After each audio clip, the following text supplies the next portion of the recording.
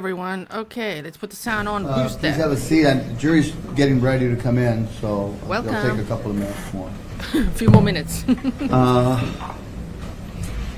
Just so that it's clear, Mr. Schenk or Dr. Schenk? Mr. Schenk? Mr. Schenk. Okay.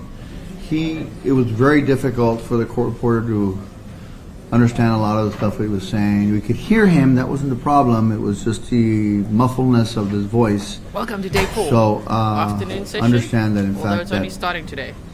may be Welcome to day problematic 4 for of the the trial. record. And I know it probably wouldn't have been much difference if he would have been here, but it definitely added the fact that he was via what was it, Zoom or whatever you call it. Yeah. So in case he's going to come back in, make sure that you understand that if he is going to be brought back for some reason. Thank you, Your Honor. Court doesn't want to redo the hearing. I thought that might be where you're going. Huh? I thought you might be going where you were going was that you wanted to redo that hearing. No. Good. I heard it enough. More, for the record, I heard plenty. Everyone heard plenty. Everyone heard plenty. We're just waiting for the jury. If you missed it, don't worry. You didn't miss too much. But feel free to watch that replay and put yourself through it. Just so you know you were there with us. Okay, hello everyone.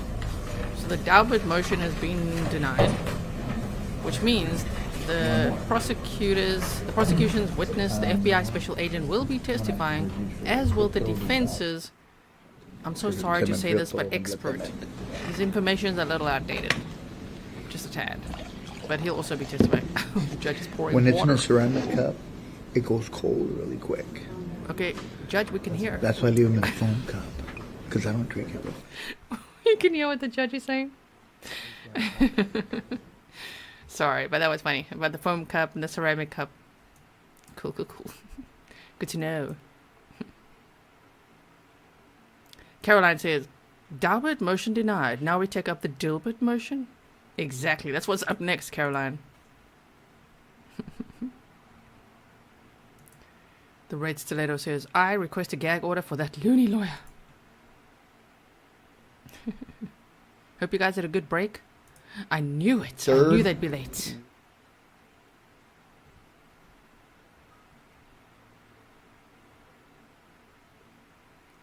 Pistol Amy says, give the man his foam cup. Just give him his foam cup.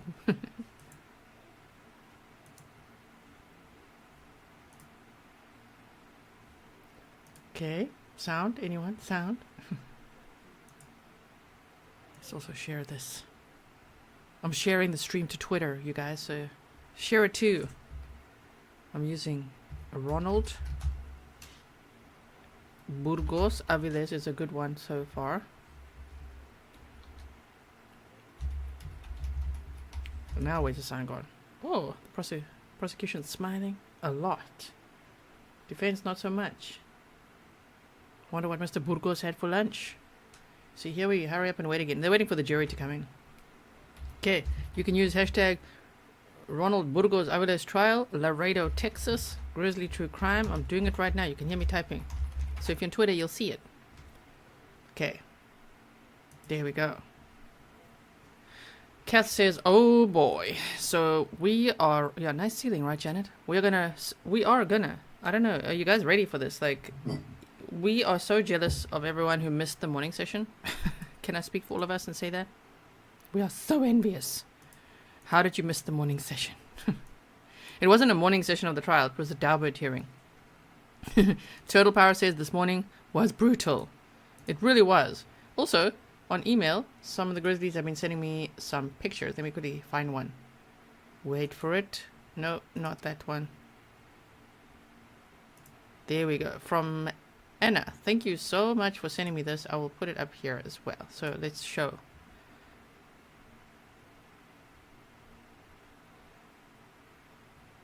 Wait, I'm finding it for you. Don't worry. We're getting to it, okay? While you stare at the ceiling of the court. Here we go. Look at this pretty picture. Wait, let me make it bigger so you can actually see what's going on here. They say Gray and Dominic. Maybe that was a nickname, right? Shame. And there's even another one of him in like a Ninja Turtle outfit. Let me find that as well. So, if you don't know anything about this trial, welcome to day 4. If you're like, what is going on here? This is so not organized.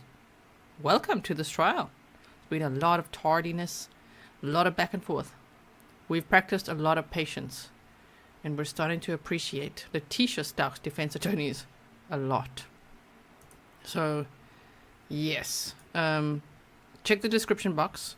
Also up there, what is this trial about? Ronald Anthony Burgos-Aviles, a former Border Patrol agent, he's actually a supervisor, is on trial facing the death penalty for the murders of Grizelda Hernandez, 27, and their baby, Dominic Hernandez. This happened on April 9th, 2018. It's been more than 5 years waiting for this trial to happen. And still, we need so much patience. Okay, I can hear some sound in the courtroom there. Thank you to T for sending me this picture of Dominic.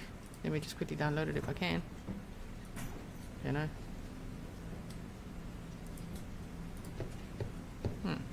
Doesn't want to save it. Oh, it's scanning for viruses. Good job, Kaspersky. It's just such a cute little picture. I put it on Patreon already. Actually, that's the easiest way I can show you quickly. Caroline says they wouldn't let him keep supervising from jail? The union's going to be pissed, right? Right. Thank you, everyone. Please have a seat. Okay, can we see the cameraman? Can you see? Good afternoon now, members of the jury. I was slightly off with my timing of the how lengthy things would be this morning, so I apologize in as much as that disappointed you, and I know that you probably could have done a lot more things this morning if we would have known, but unfortunately I did not. So I'll try and do my best to be able to coordinate that a little bit better. I mean, I'd like to follow some apologies also with some good news, I guess, for you. So cute. We will not be here on July 3rd. Oh, so, not on 3rd or 4th then? So we won't be back until July 5th. Okay. Did you hear it, you guys? Maybe I'll sweeten it up a little. Okay. Mr. DeSondo, your next witness. So today, tomorrow, then a 2-day break. State Special Agent Andrew Masters to the stand. Mr. Masters. Kamala, the CC's on right here. You could put the CC Mr. on Masters, this I know channel. that you've been sworn in. Is that correct? Yes. Yes, sir. Please have a seat right over here. Not? Look at that picture. Thank you to T for finding that for me. Okay. FBI Special Agent from Permission to proceed. Aloha. Thank you, Your Honor. Good afternoon. Hello. Could you, for the record, please state your full name? Sure. Andrew Masters. Last name is Masters. And if you could you please scoot the mic up Sure. a little closer to you? Yep. All right. How are you currently employed? I am a special agent with the FBI. Okay. And how were you employed back in 2018? Likewise, as a special agent with the FBI. Okay. And how long have you been with the FBI? I joined the Bureau in 2011. 2011. Okay. And what are your duties currently at the FBI? Currently, I'm assigned to the Honolulu Division in Hawaii, where my primary responsibilities are attached to what's called the Cellular Analysis Survey Team, what you will hear me refer to as CAST. Okay. And what is it that CAST does?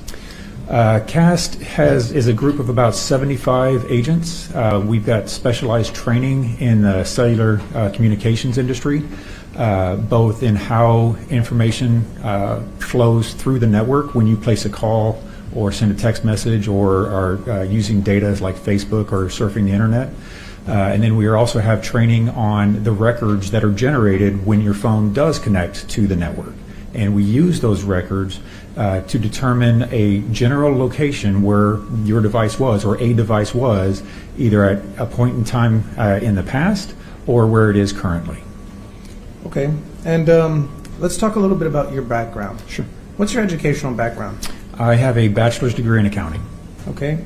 And with regards to the responsibilities that you handle there with the FBI at CAST, what kind of special training or experience do you have doing those historical cell site analysis? Okay.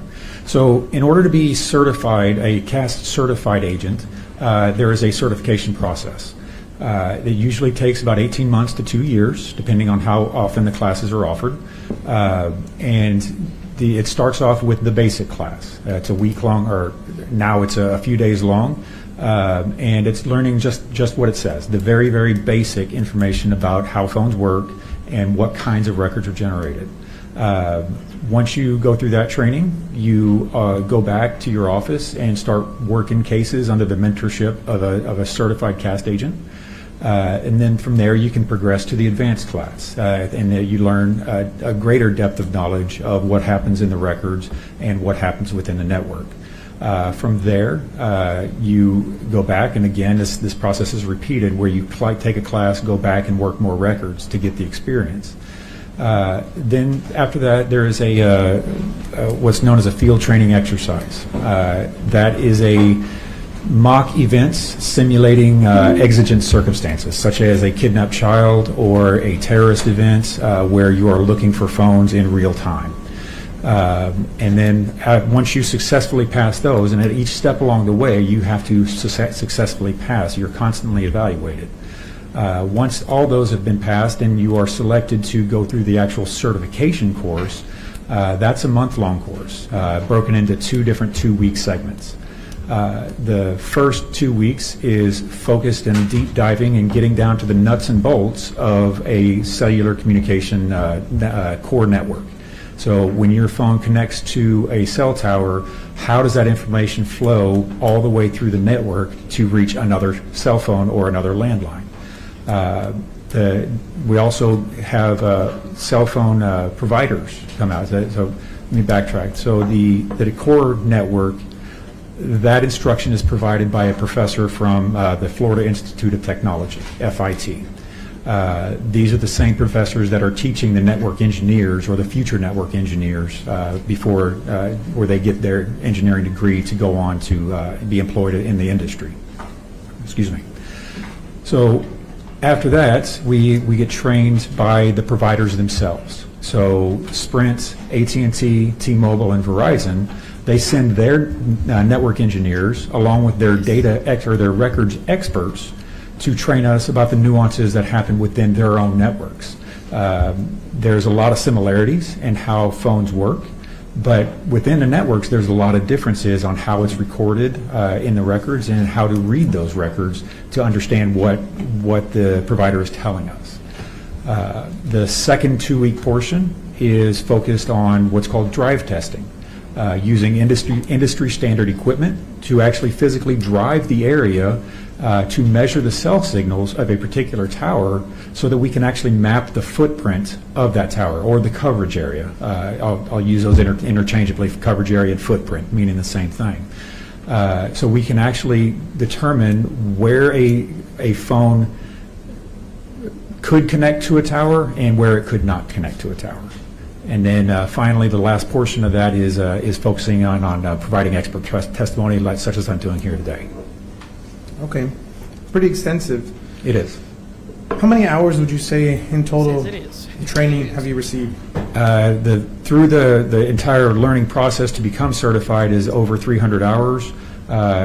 We additionally, every year, we have a recertification, a week-long recertification, where the providers come back out. Sprint has since been acquired since this case took place, so it is now under T-Mobile. So we have T-Mobile, AT&T, and Verizon come back out to tell us any changes that have occurred in their network or any anticipated changes that will be coming in our network that might affect our ability to locate a device. So to date, including all that training, I have over 500 hours of training.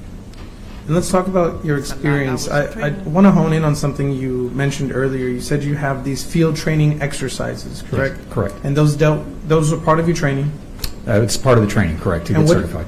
What again do they deal with? So it's a mock exercise. So it's a course where the students come in and they say, okay, a child has just been kidnapped. Here are the records that, the very basic records, find that phone. And it's up to the students to use the records that were provided, and more importantly, to think about what other records are available, go get those records or request those records, and it's kind of more of a global attempt, not just focusing in on one data set, but what else could be available that could help us locate that device.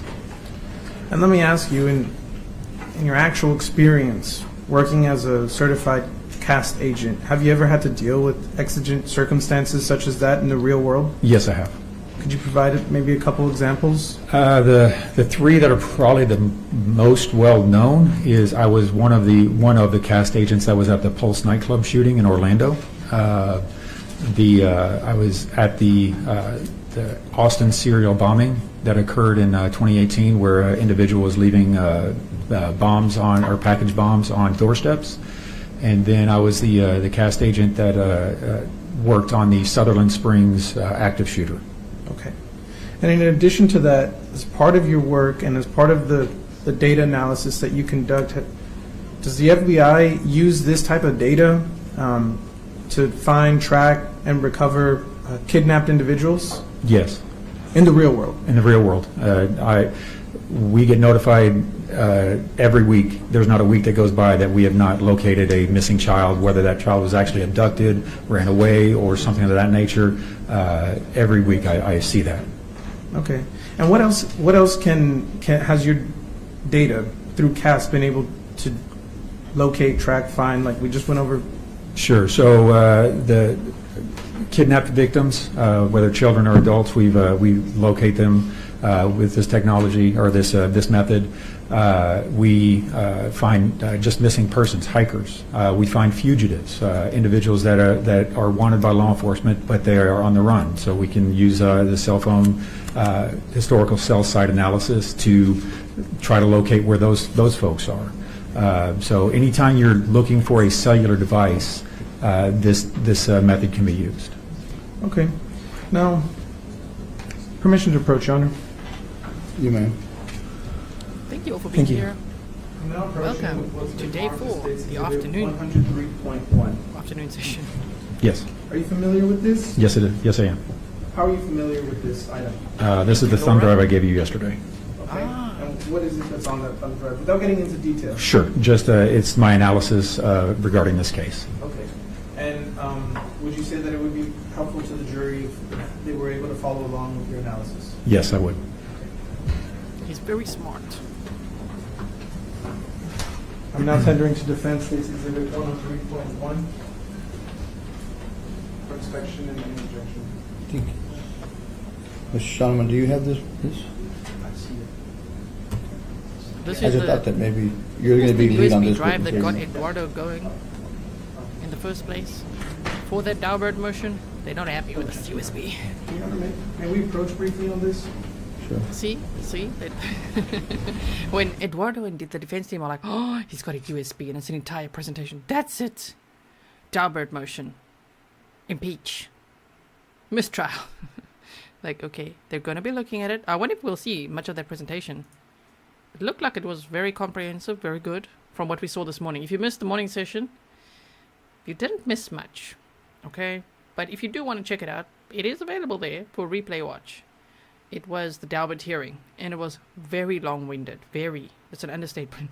And in the end, the judge denied the Daubert motion, and they're going forward, as you can see, with the prosecution's expert witness, which is what the defense didn't want to happen, even though they're arguing that the cell phone pings could be unreliable. However, never forget that the victim's cell phones were in his truck. And apparently, this data will prove that it was in his truck when he left the murder scene, went home to change, and then went back to the scene. So you see, he took it with him, and then it came back. So, and then they just found it in his truck. So that is a huge deal. So I can understand why the defense is like, oh, no, anything. We must do anything to make sure that this witness cannot testify. But he is testifying. Seagate 1 says, they are certainly making this difficult. Right? Auntie then says, he's BS. His accounting. Highly detail driven. Like, Jay says, can we just say guilt now? Can you believe cases like this? 5 years, like so much patience, so much, just all the motions, literally all the motions filed. You should see that list. We do not want all those documents. Do you really want to read through all the motions? Oh my word, there's so many motions filed. He tried to fire one of his attorneys 3 times, eventually succeeded. He got some new attorneys, including Eduardo William Boggs, this lady, and a few others at the table. And I see the cameraman. I was just going to say, he's still zooming in. They don't want you to do that. And the thing is, can you believe that if he just said, look, I plead guilty from day one, they wouldn't have to put the family through this. It's just they very rarely do that, and I suppose, yes, especially because it's a death penalty case. I wonder if at any point they offered him any sort of plea deal or anything. Like, if you just plead guilty, man, don't put the family through this. Life imprisonment. But no. Many perps. No. They will go to trial, right? It's just there's so much overwhelming evidence in this case that it is very difficult to say the whole, he's innocent before proven guilty, which he is, technically, but damn, the evidence against him, I don't know how he thought he was going to get away with this. And the cell phones in his truck, wow. Humvee's cell phone data is gold in investigations, though. It really is. I can't wait for the Koberger trial as well. That cell phone data is going to be interesting.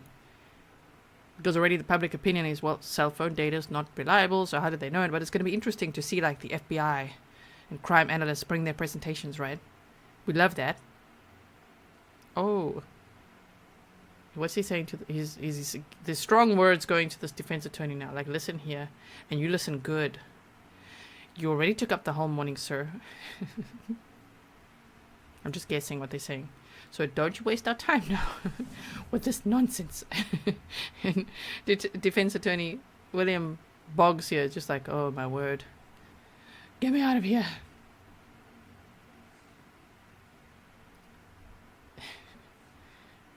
Eduardo's there, ready to take over.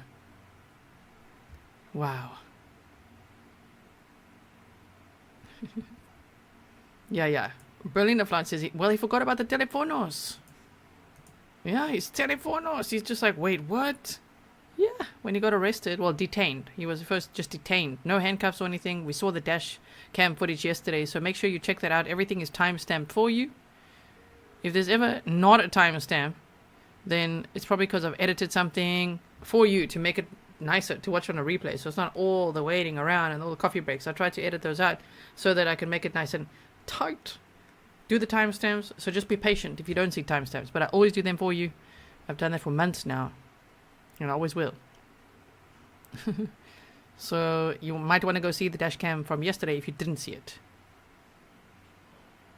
The judge is like, listen, the jury's here now. I mean, they're only starting the trial now. Can you guys believe it? What's the Texas time now? It's 2 o'clock, right? Didn't I guess 2 o'clock? I did. I guess they would not be back by 1, maybe 2, and they started at what, 10 past 2? And we're 5 minutes in and there's already a break. Wow. I know it's very serious because it's a death penalty trial.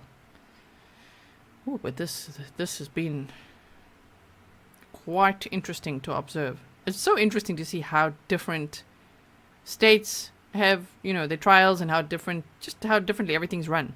Very, very interesting. Carol says, love your comments, G. Yeah, so Kim Burley says, I heard death row prisoners have it better than Gen Pop, except the end part, of course. Right? I think they segregated. They've got their own cell. They can watch TV. They can paint, as we saw John Wayne Gacy do, and a few others. They can paint and watch, they've got resources. And yeah, unfortunately. So maybe that's why he sits through this, because he knows then he's not going to be in Gen Pop. That's the only explanation I would have, right? All that and ego. Thank you. Renee says, great work, G. Thank you so much. Love your timestamps. I'm so glad. I'm glad they're helpful. I was inspired to do them because when I saw replays of trials, I'm like, if you see 4 hours or 8 hours, it's like, oh, no. Just tell me what the key moments are. Let me skip to that. So that's what I do for you guys. So that if you feel anything like I've ever done, when I look at trial footage, I'm like, it's too much, man, where the timestamps at. So, yes, we do timestamps over here. So if you haven't yet subscribed, maybe you'll subscribe because you want to see timestamps. Become part of our wonderful community. And thank you all for being here. We're going through this together.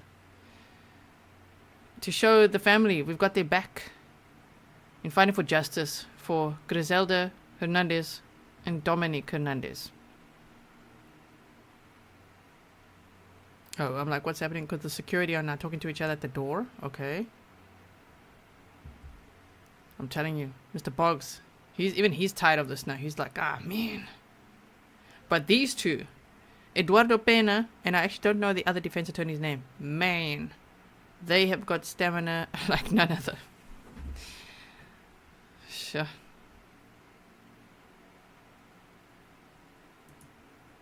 Ooh, Angel. Nice use of all the emojis. Thank you. And love to Grizzly True Crime with the best mods and Fury. I can't imagine watching a red flag or hectic trial like this anywhere else. Thank you, Angel. That is such a nice use of the emojis, yes. We're using the purple heart emojis, the white ribbons, and the Baby Yoda, or Grogu, or whatever it's called, but the Baby Yoda. Let's just say layman's terms, if you know. Baby Yoda. We're using those to show the family we're with them, we got them. It's in honor of the victims as well, the Baby Yoda, because little Dominic was wearing a Yoda shirt that said "Lucky I Am" on the day he was murdered. Not only 18 months old. Jared Daniels, welcome to the $2 supporter tier. Really, really appreciate it. You stepped up. Thank you so much. We'll have a members only stream again soon. Understandably, I'm sure you guys know, these trials, they run until 1 or 2 in the morning for me. So sometimes I just don't have the energy right after that to do a member stream. So then I'd rather save it for the weekend or something for a member stream so that I have some energy. Snark it up with you. Big books on his desk there. Look at these. Reference material. Eduardo's back. Queen Bella, you can just tap the smiley face that you normally would to access emojis and it should be there. If it's not there, exit the chat, come back, and then it will be there for you. Yeah. Jean says, 1 question and a sidebar. And this witness, he's been so good. If you saw the hearing this morning, you could see that he knows what the task is. He knows the assignment of like short answers, yes or no, stick to the facts. Obviously, stick to the facts. I'm just saying it's going to be like bullet points. Basically, that's the strategy I can see here. And still, the sidebar. Actually, permission to publish. Carly, welcome. Yes. Welcome to Grizzly $5 supporter. And also, Your Honor, permission to publish what's already been admitted as State's Exhibit 103. Yes. Are you going to need him to come down? No, Your Honor. Good.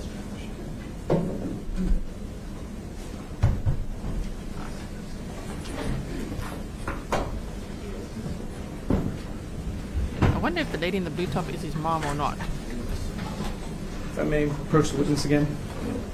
This one.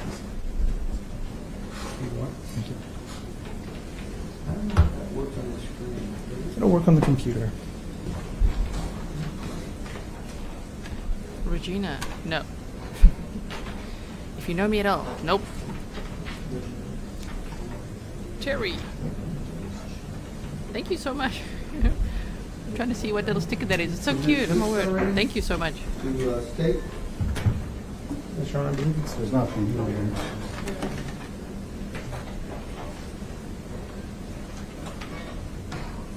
Oh my word. Coastal Butterfly says, hey, Grizzly True Crime, right now in South Texas is one of the hottest places on the planet, and prisons do not have air conditioning, so regardless, it's miserable. 9 inmates have died this month. Oh my word, okay. There's a factor to consider. There, no, that's the other one. Oh no, the USB is not working. Defense is like, yes. They like wriggle it. Follow the cable around there, see if everything's connected right. This is where they need Dieter or Mr. Grizzly. Cake Lady Poe, thank you so much for upgrading your membership to $2 supporter.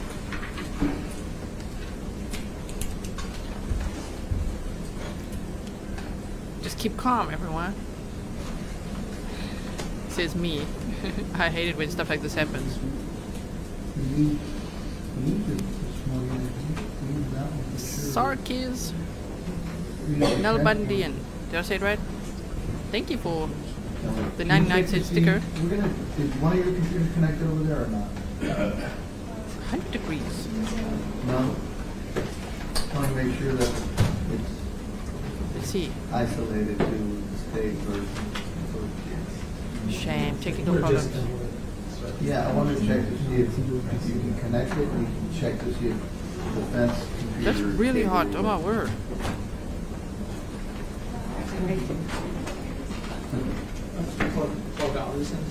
Huh? But Mr. the District Attorney Isidro Alanes, It might be working now. I'm just testing. he was getting so impatient with his technical problem. He's like, just he was doing this, almost like just put that USB. Just wriggle it. No, it won't work. You can't hit the computer. It won't work. It's on over here. Anyone with a laptop there? It's on here. Huh? Yeah, it's on. Yours? No, sir. There must be a connection. KJ says, my grizzly bear bottom hurts from watching the Galba hearing. Lol, thank you for our commitment, G. I'm sure the lawyers watch after to see your commentary. Thank you, KJ.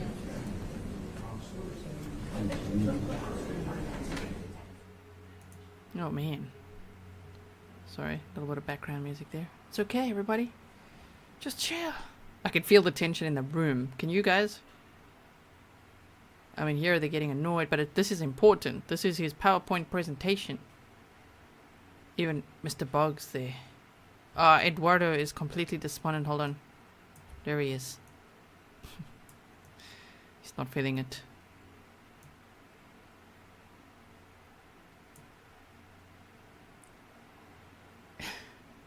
The security is just looking at him.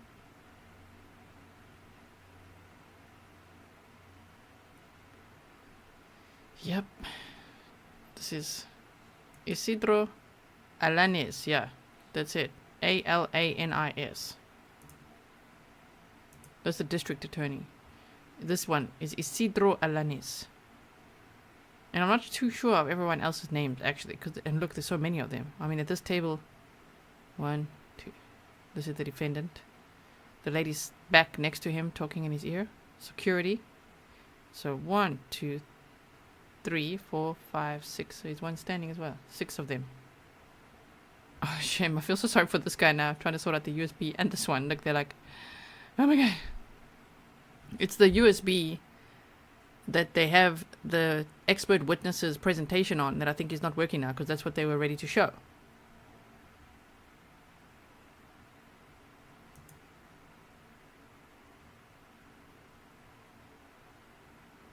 Carol says, yes, a lot of tension.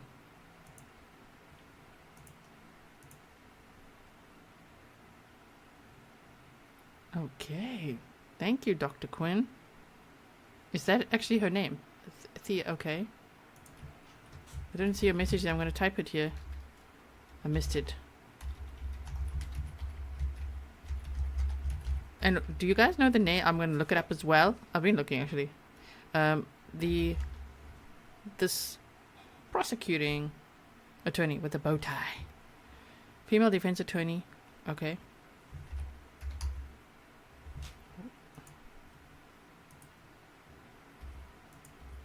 Is Thea. Is it Thea? Okay. Yeah, PT's like, Dieter. They need Dieter. If you don't know who Dieter is, then you don't know about my second channel. You should go check it out. It's a YouTube Shorts channel. Rosie says, how many laptops do they need? They actually just need one, but they really need that USB to work.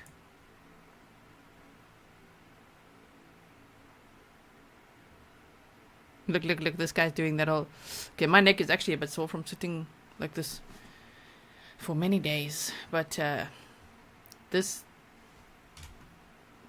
guy on the prosecuting team, I mean, he's now like neck cracking. He's getting really upset. I know the tension. Trust me. We know. Let's not jinx it. Touch wood. Everything's been very nice and smooth lately. Except for YouTube's glitches. Dolly B said, I think it's a repeat of this morning. Yeah, we're not sure. Are we watching the same thing or what's going on here now? But I'm telling you, the defense, they must be a little bit happy now. Because they don't want Mr. Master's presentation. Look, he's getting, this is the mode I get into. This would be Mr. Grizzly then. Wait, let me come look. And I'm like, this cannot be happening right now. Buttercup, thank you so much for your $10 super chat. Really appreciate it. You say thank you.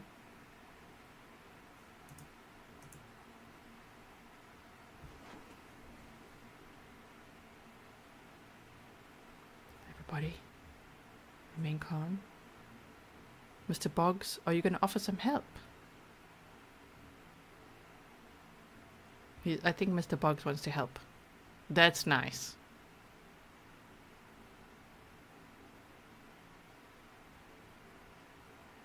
He is asking for that laptop. He's like, maybe we could help.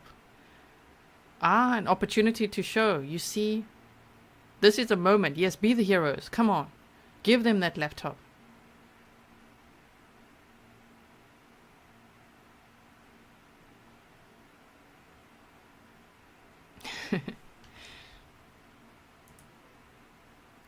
Brian says that turtle outfit is so adorable. It is, right? It's really, really cute. Look at the judge. He's like, very interesting. I mean, here is some of the presentation. Yeah, Bertie B is going to press erase. Control, Alt, Delete. And they did check it. Someone said, Tina, didn't they check it this morning? I mean, they showed some of the presentation.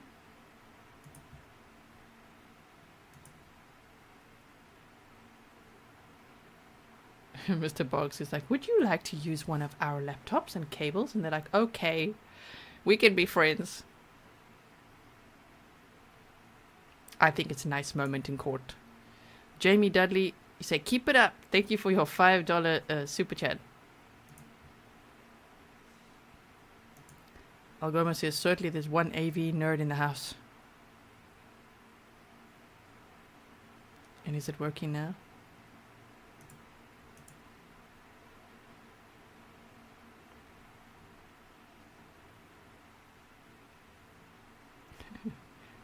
Okay. And this was Mr. Boggs' idea. I'm going to give him big credit there. I think Eduardo's going to say later, why did you have to do that? No, just probably not. But they're like, okay, don't worry. Security at the back there. Here they are. They're just like, damn, can you believe this? This trial is hectic, huh?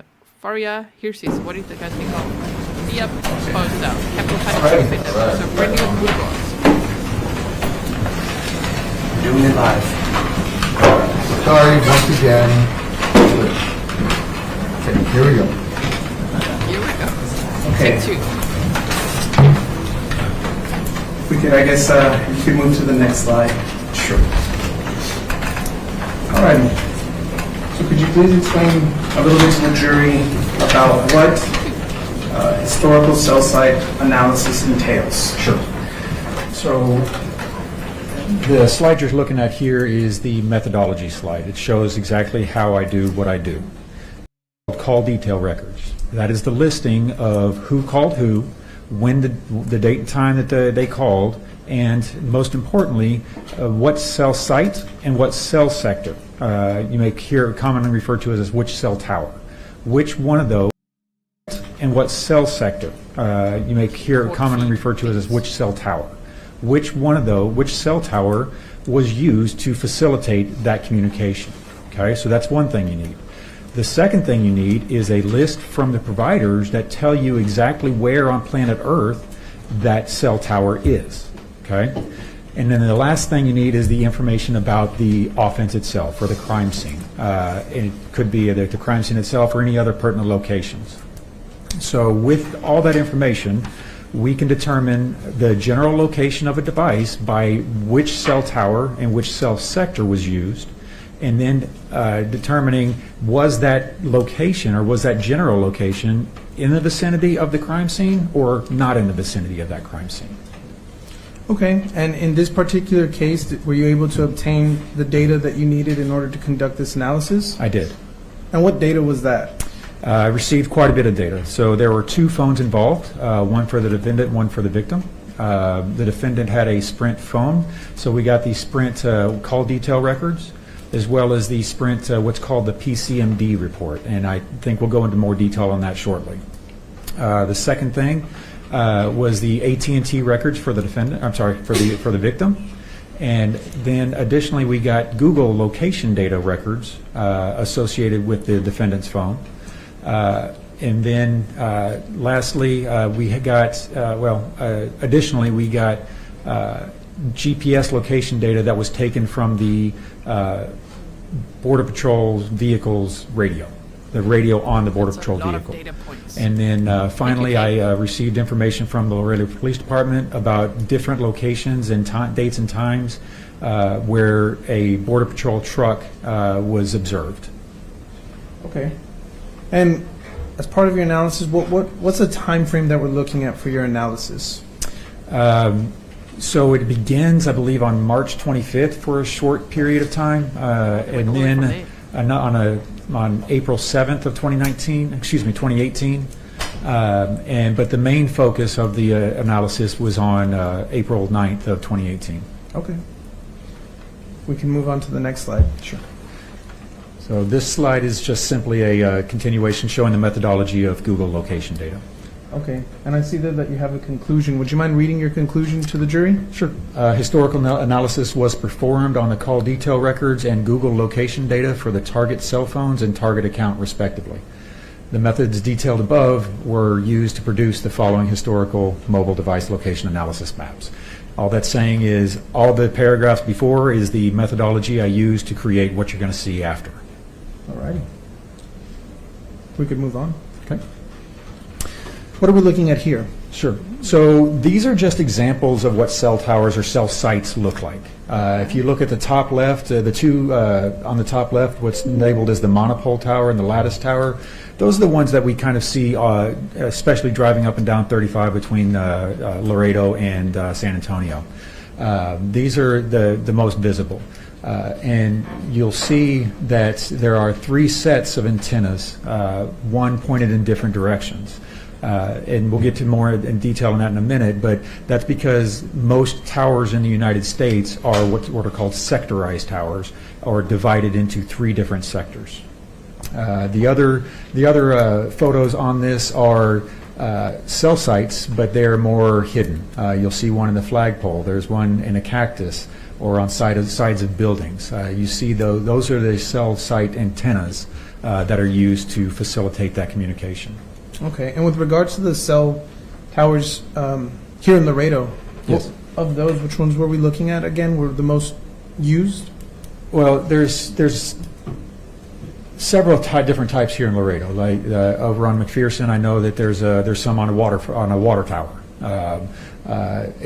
But there's also some that you just see driving around that are going to be on a monopole or a lattice type tower. So there's a variety around. Okay. We can move to the next slide. What are we looking at here? Okay. So if you look at the diagram on the right, this is looking at what one of the cell sites from the top down. So as I said before, most cell sites in the United States are sectorized. If we go back to our geometry class, we know that a circle is 360 degrees. Okay. Cellular networks on a sectorized tower, they divide those up into 3 sectors, right, to provide coverage for that full 360. But using 3 different sets of antennas, you can increase the capacity of that one site. So if you look at the red shaded area, that's pointed north, right? So that is sector 1, the blue is sector 2, the 3 is sector 3. And going back to the 360 degrees, if we divide that by 3, each one of those sectors covers approximately 120 degrees. Okay, and I know you had mentioned that these are coming from the cell site, but just for a little bit more clarification, those are cell towers? Or correct. What you're looking at would be what commonly referred to as a cell tower. Each individual set of antennas, the antennas pointed north, would be what I would refer to as a cell site. So you can have multiple cell sites on a cell tower. And if you look in the red shaded area, you see that there's a blue arrow pointed directly north at 0 degrees. In the cell tower records, that's how it's delineated what direction that cell site is pointed. The 0 degrees is the center line of that RF energy, and because the cell site is 120 sector, that with the center line at 0 degrees, if we add 60 degrees and minus 60 degrees, that gives us our 120 degree sector. Okay. We can move on to the next slide.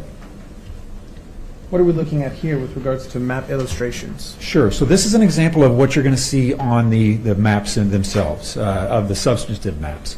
On the left, you'll see the cell site sector that is 120 degrees that we just discussed. There's color coding.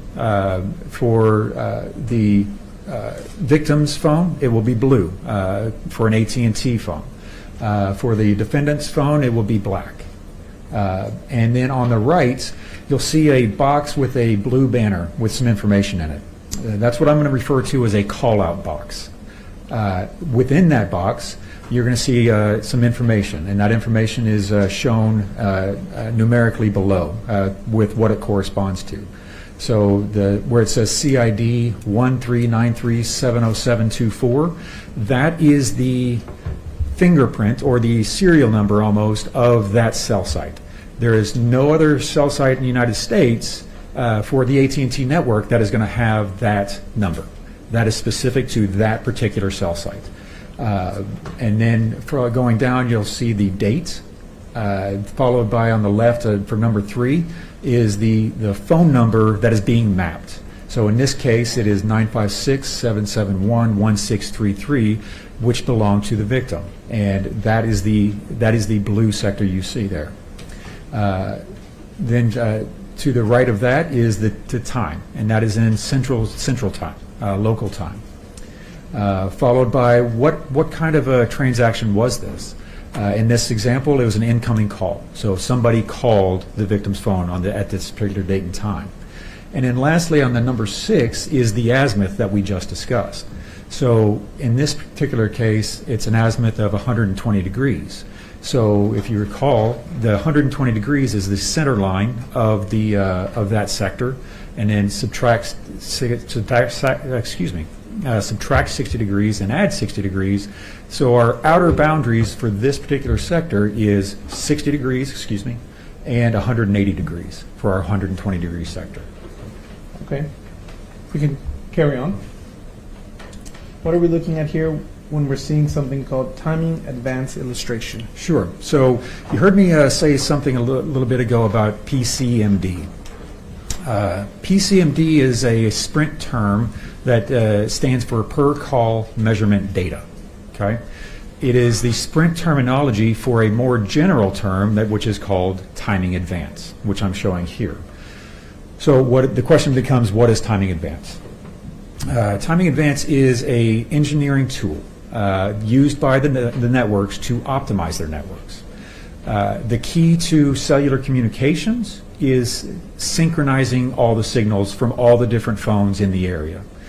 Because if my phone is trying to reach, the signal from my phone is trying to reach the antenna at the exact same point that somebody else's phone signal is trying to reach the antenna at that same millisecond, it's going to cause interference both for that other person and for me. So the networks have to come up with a way to synchronize that information. So it sends out, the way the TrueCall works is it sends a signal from the tower to the phone, and then the phone repeats that signal back from the phone to the tower. Because RF energy we know travels at a constant speed, which is the speed of light. If you mind, very briefly, yes. What is RF energy? I'm sorry, radio frequency is what RF stands for. Okay. So all the radio waves. So we know that radio waves travel at the speed of light. And if you know how fast something is going, and you know how long it takes to get there, then you can calculate the distance. And that's exactly what timing advance does, is it calculates the distance that a device is from the tower. So you'll see here that I've depicted this in a red arc. What I'm saying here is that that phone is going to be somewhere located within that arc, or it could be slightly inside of that arc. And I can explain why if you'd like. Okay, well, let's go to, it seems you have another event box or Yes, call-out. the call-out box is the same information. The only thing missing is because the timing advance is not user-generated, it's not somebody calling somebody always, Welcome to so Cell Phone Plus. there's no event-type information in there. It's strictly the cell site identifier, dates, the phone number being mapped, and the local time as well as the azimuth. Okay. Now, why is it that you say it would be in the band or slightly within? Sure. So there's a theory in RF theory. There is a something called multipath. Okay. So if you and I are talking to each other right now, and you and I, if we have a string between us, right? You are holding the end of a string, and I'm holding an end of a string. It's going in a straight line distance. Okay. So we can measure that distance. Let's see the best way to explain it. So that is the optimal situation, right? I have line of sight to you, or the phone has line of sight to the tower. When we have those situations, it is a very clear calculation to be done that I would be confident that that phone would be placed somewhere within that arc. What happens with multipath, though, is that signal doesn't always go straight to the tower, or that signal could bounce around off buildings. It could wrap around a hillside, or it's something of that nature. So what that does is it increases the time. If you go back to our string analogy, you and I have the string, but now we have a bookcase sitting between you and I, and that string now has to go around that bookcase. Well, you and I have not changed positions. We're still the same distance away from each other. However, that string now has to go around the bookcase, causing that string to be longer. And because of that, it cheats the arc a little further out, because it takes just a little bit more time for that signal to come back to the tower. So doing the calculation puts that signal a little bit further away than that device actually was. Okay. And in your experience, again, as an FBI CAST agent, you've utilized this methodology? Very often, yes. Okay. Daily almost. We can continue. Thank you, Sue. What Very is this interesting. drive test illustration that you have here? So in the introduction portion, I told you about how during the certification process we have to learn how to drive test. So what is a drive test? So we use any industry standard equipment. All the networks drive test their networks to verify that their cell sites are covering the areas that they want to cover. We use the same type of equipment, and we physically put Oh dear. Verizon commercials where he had a guy with a phone up to his ear. Can you hear me now? He takes a step. Can you hear me now? That's what we're doing. We're just doing it a whole lot faster. So the what's called a GAR is collecting all these signals, and it's saying at this point, at this latitude and longitude, I see this cell site at this strength. Okay. So one of the things that the cell sites are constantly doing is pushing out information on what's called the pilot channel. It is telling the phones several things. First, if you're not part of my provider network, i.e. if you're not a Sprint phone, then you can't connect to my Sprint tower. All right? The second is the signals, it tells the phones, if you cannot see me at this particular signal strength, you are not allowed to try to connect to me. Okay? So our unit captures that information, and then we use that through the post-processing software to generate these maps. And what these maps are telling you is that I would expect that if a phone was located within this pink shaded area, that it is possible to connect to that cell site. If a device is located outside of that, I would not expect it to be able to contact or to communicate with that particular cell site. it would likely communicate with a different cell site that does cover that area. Okay. And as part of your analysis in this particular case, did you do a drive test? I did. And here in Laredo? Yes, I drove all the pertinent areas. I was driving a lot. Okay. We can move on to the next one. Okay. What are we looking at here? So this is the subscriber information taken from the records for each of the phone devices. This is a phone for phone 956-771-1633. You'll see is in blue, which is the color I've chosen for the victim's phone. You can see that it's the subscriber is Grizelda Hernandez. Then various information here, what kind of phone, make and model, and et cetera. Okay. All right, so the same type of information for the defendant's phone, phone 863-242-5881, which was a Samsung Galaxy S7 Edge. And this is his account? And this, yes, the subscriber for this account is the defendant. Okay. Alrighty. And what are we looking at here? Finally, so this is the subscriber information for a Gmail account. I said earlier that we obtained Google location data. For Android phones, which the defendant had, they are required to have a Gmail account associated with that device. And because of that, you have a Google account. And that Google account for this particular device is TonyATV19@gmail.com. And because he has a Gmail account, he's automatically enrolled in various Google apps and features.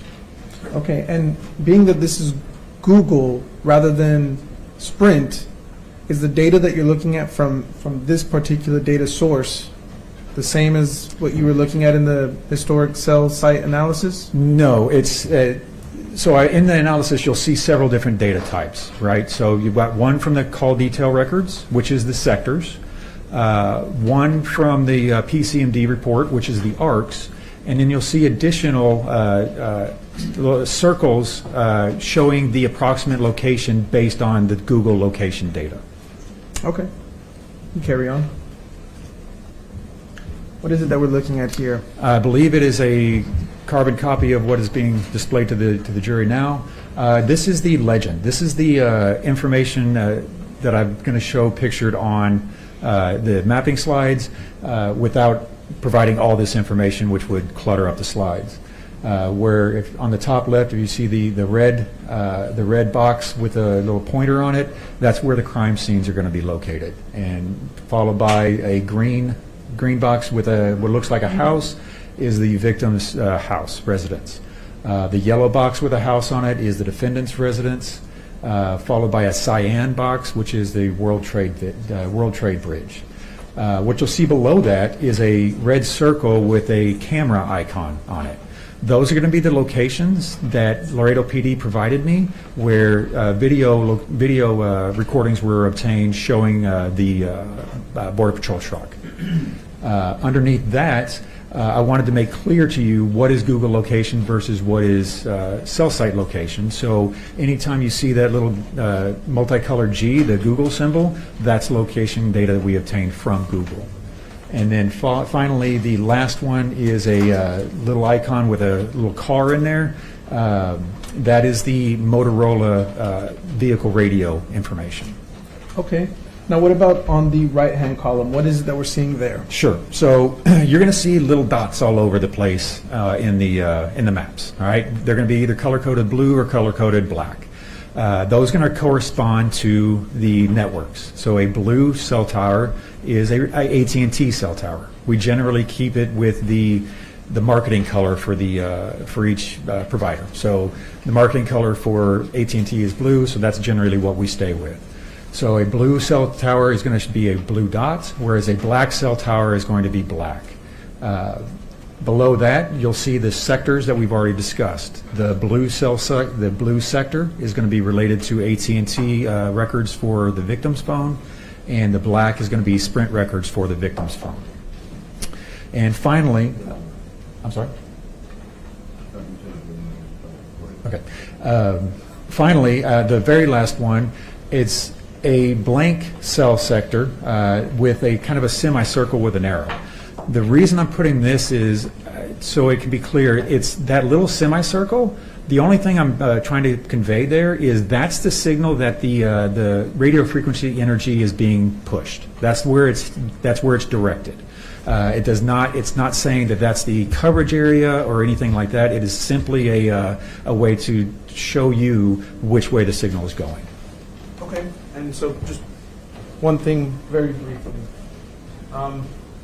Just so that we're clear for the rest of this, blue is associated with whose phone? Grizelda Hernandez, the victim. Okay, and black would be? Would be Mr. Burgos, the defendant. All right.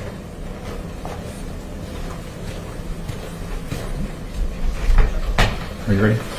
Yes, whenever you are. Okay, so we're going to start getting into the actual mapping slides. What I'm showing here is just a general overview. This is what Laredo looks like as regards to cell towers as well as the different points of interest for this particular case. You'll see the red next to the Rio Grande River. That's where the crime scenes were located. And the legend is on the bottom left, so you can kind of correlate where each one of those locations are. And then also the blue and black dots that I just spoke of, those represent the different cell sites or cell towers that are in Laredo. All righty, okay. We can carry on. Okay. What day are we looking at here? So this is March 25th of 2018. And what time frame is this slide depicting? This picture slide goes from 12:27 p.m. to 1:25 p.m. Okay. And what is it that you're showing us? So there's a few different items of interest here. We'll start off with the blue sector. Let's start off the most general, going into the most specific. Okay. So the blue sector that's pointing north, that is a phone call that Ms. Hernandez's phone received at 1:04 p.m. Okay, on 3/25 of 18. Okay. All right. Then the black sector above it with that arc, that is a timing advance measurement. Okay, so that timing advance measurement, I would expect Mr. Burgos' phone to be within that sector or slightly within sight of that arc. Excuse me, not sector, within that arc or slightly inside of that arc. Okay, and then finally, if you can see all the little tiny red circles there, those are the Google location data showing that Mr. Burgos' device was either at or very, very close to Winfield Park between 12:27 and 1:25 p.m. And again, the Google is separate from all of the CDR, the cell detail records that have all those arrows. Correct. They are two completely different systems, and they do not rely on each other whatsoever. And so your testimony today is that based off of this timing advanced arc that you generated, Mr. Burgos would be either within anywhere of that arc or a little bit inside of it, correct? Correct. And in this case, it appears that he was inside of it based on the Google location data. Okay. So the Google then corroborates what the cell detail records are showing you? I believe it does, yes. Okay. Like how they showed that day as well. Thank You you. can carry on. Pink balloons. Okay, so this is. I'm sorry. What was the question here? Oh, if we can, what date are we looking at now? Same date is just immediately following the previous slide chronologically. Okay, we can just go back real quick. Sure. So previous slide ends at 1:25. Yes, Is that correct? That's correct. Okay, can we move to the next one? What time does this one start? 1:26, so Okay. 1 minute later. Okay. All right, so again, with the blue sector, there was a second incoming phone call that occurred at 2:06 p.m. for Ms. Hernandez's phone. And then the black sectors on these are not timing advance measurements. They are actually a cell site or cell phone activity. There was one incoming call and two outgoing calls ranging from 1:29 p.m. to 1:45 p.m.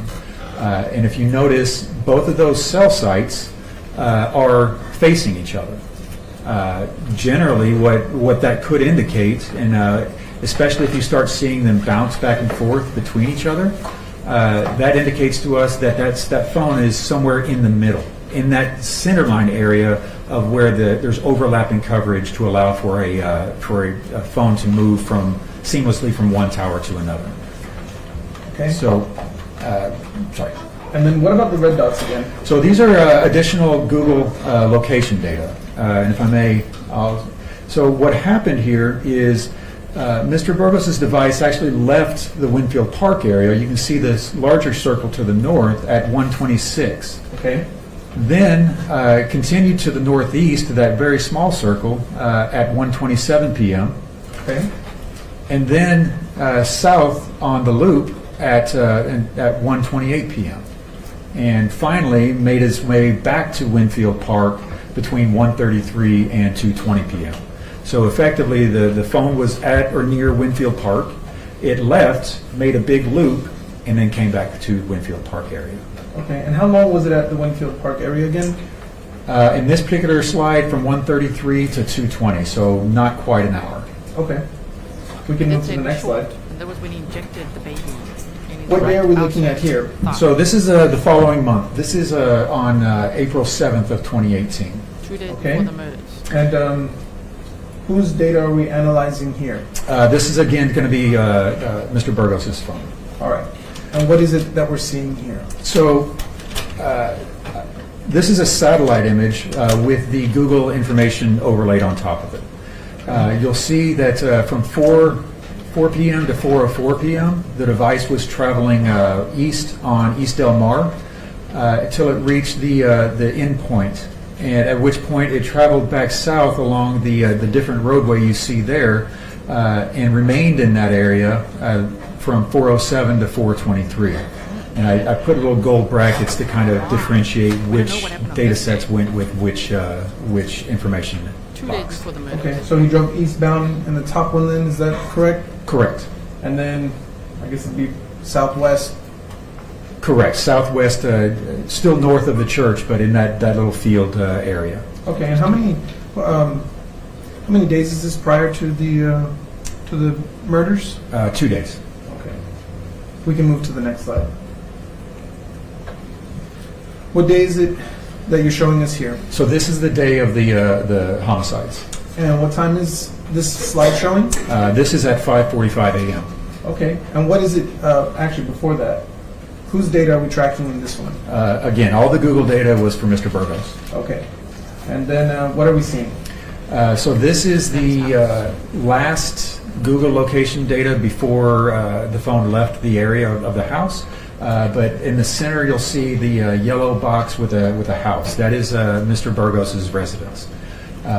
The large or the circle around that is the Google location data showing that Mr. Burgos' device was at that location or very near that location at 5:45 a.m. And when you say at or near, I mean, what are we talking about with regards to this bubble? So this is the.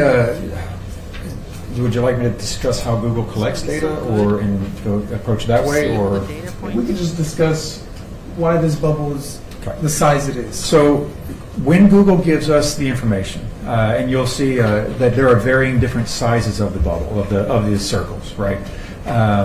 Along with the latitude and longitude that they give what's called an error radius. All right, how confident are they that that phone is at that latitude and longitude? So in this particular case, they believe that the device was smack dab in the middle of Mr. Burgos' residence, but they're 31 meters not sure. It could be 31 meters away. So that's where you see the circle around, which corresponds to the error rate conducted by or determined by Google. Okay, so is it fair to say then that the latitude and longitude that was provided by Google then is the center of that bubble? It certainly appears, yeah, oh yes, it absolutely is the center of that bubble. And then the error rate in meters is what makes the bubble smaller or bigger? Correct. Okay, we can move to the next slide then. Date again on this slide? From here on out, all the dates are going to be on April 9th, 2018, which was the date of the homicides. Okay, and the time on this one? This is ranging from 5:53 a.m. to 8:01 a.m. Okay, and what is it that we're looking at here? So you'll see the red circle there. That red circle is surrounding the Border Patrol office off McPherson, just north of Bob Bullockburg. And between the times of 5:53 a.m. and 8:01 a.m., there were 190 different readings that Google took, placing him somewhere within that large circle. Okay. And so were those 190 bubbles smaller or bigger than this one? So the error radiuses ranged from 10 meters all the way up to 122 meters.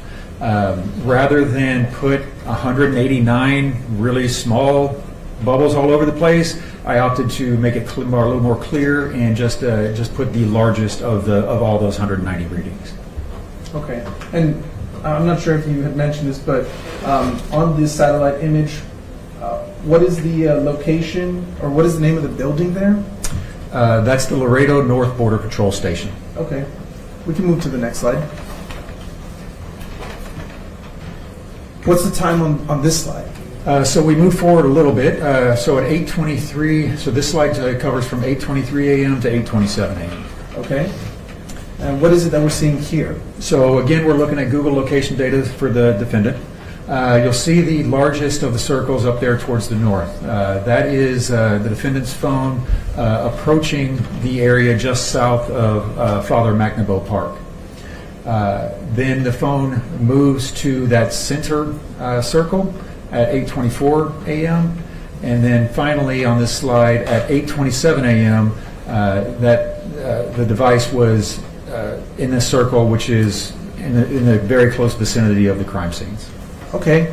And as part of your investigation in this and analyzing this, do you have an estimate of when the crime had occurred? I understand what the Laredo PD has told me, but I don't have any independent knowledge. And what did you learn from the Laredo PD? That it happened just prior to 10 a.m. Just prior to 10 a.m.? Yeah. And right here, those boxes again indicate the crime scene? Correct. But what time is this? Is that last GPS from Google? At 8:27 a.m. At 8:27. Okay. We can go to the next slide. All right. What time frame are we looking at here? So this is at from 8:28 a.m. to 9:26 a.m. Okay. And what is it that we're seeing here?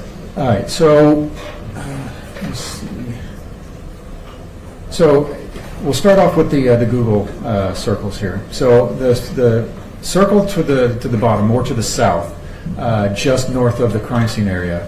So Mr. Burgos' device was in this area between 8:28 and 9:03, and with very tight radii, very precise. From 9:05 to 9:26. The device actually moved north just a little bit, but still in that kind of that dirt lot area. Remained there from, like I said, 9:05 to 9:26. Now, if you look more towards the north. Continue. Okay. What are we looking at on the north side with the blue box? Sure. So this is video surveillance that was taken at Father McNaboe Park, as provided to me by Laredo Police Department.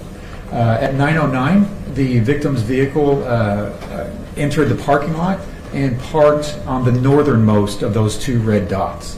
Okay. At 9:17, the victim moved her vehicle to the southernmost of those two red dots. So I wanted to show the distance between both, because both are accurately where she parked, just at different times. But I wanted to show that in relation to where the crime scenes were, and where Mr. Burgos' phone was at the same time. Yeah. So just to clarify then, although you have two boxes indicating the crime scene of Grizelda and Dominic, that's just indicating the location of it, right? Right. That's the locations where their bodies were eventually found. Okay.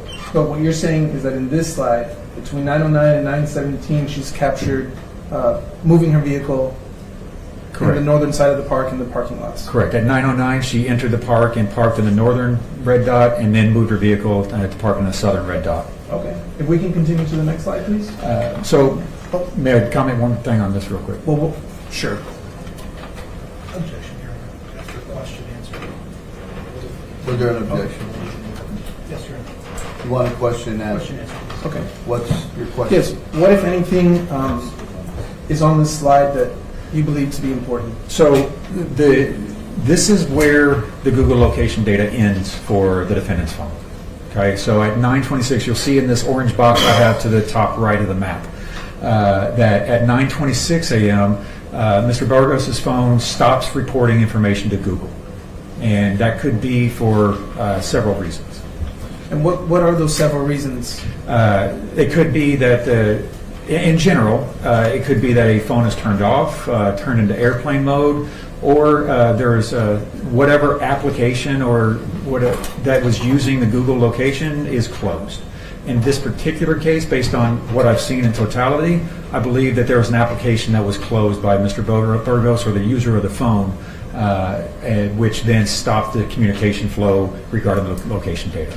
And why do you believe it was an application being closed rather than the phone being put on airplane mode or being shut off? Because we'll see, as we see in later slides, there's still cellular activity happening. So if there's still cellular activity happening, then the phone has not been turned off and it is not in airplane mode. Okay. We can go to the next slide then. Thank you, Shamantia. All right. What time is it that we're looking at here? All right, so the way I organize the report is I put all the Google information first, and then we're kind of going to backtrack and go over the cellular information. If I put it all on the same slide, it's just going to become very difficult to read and understand.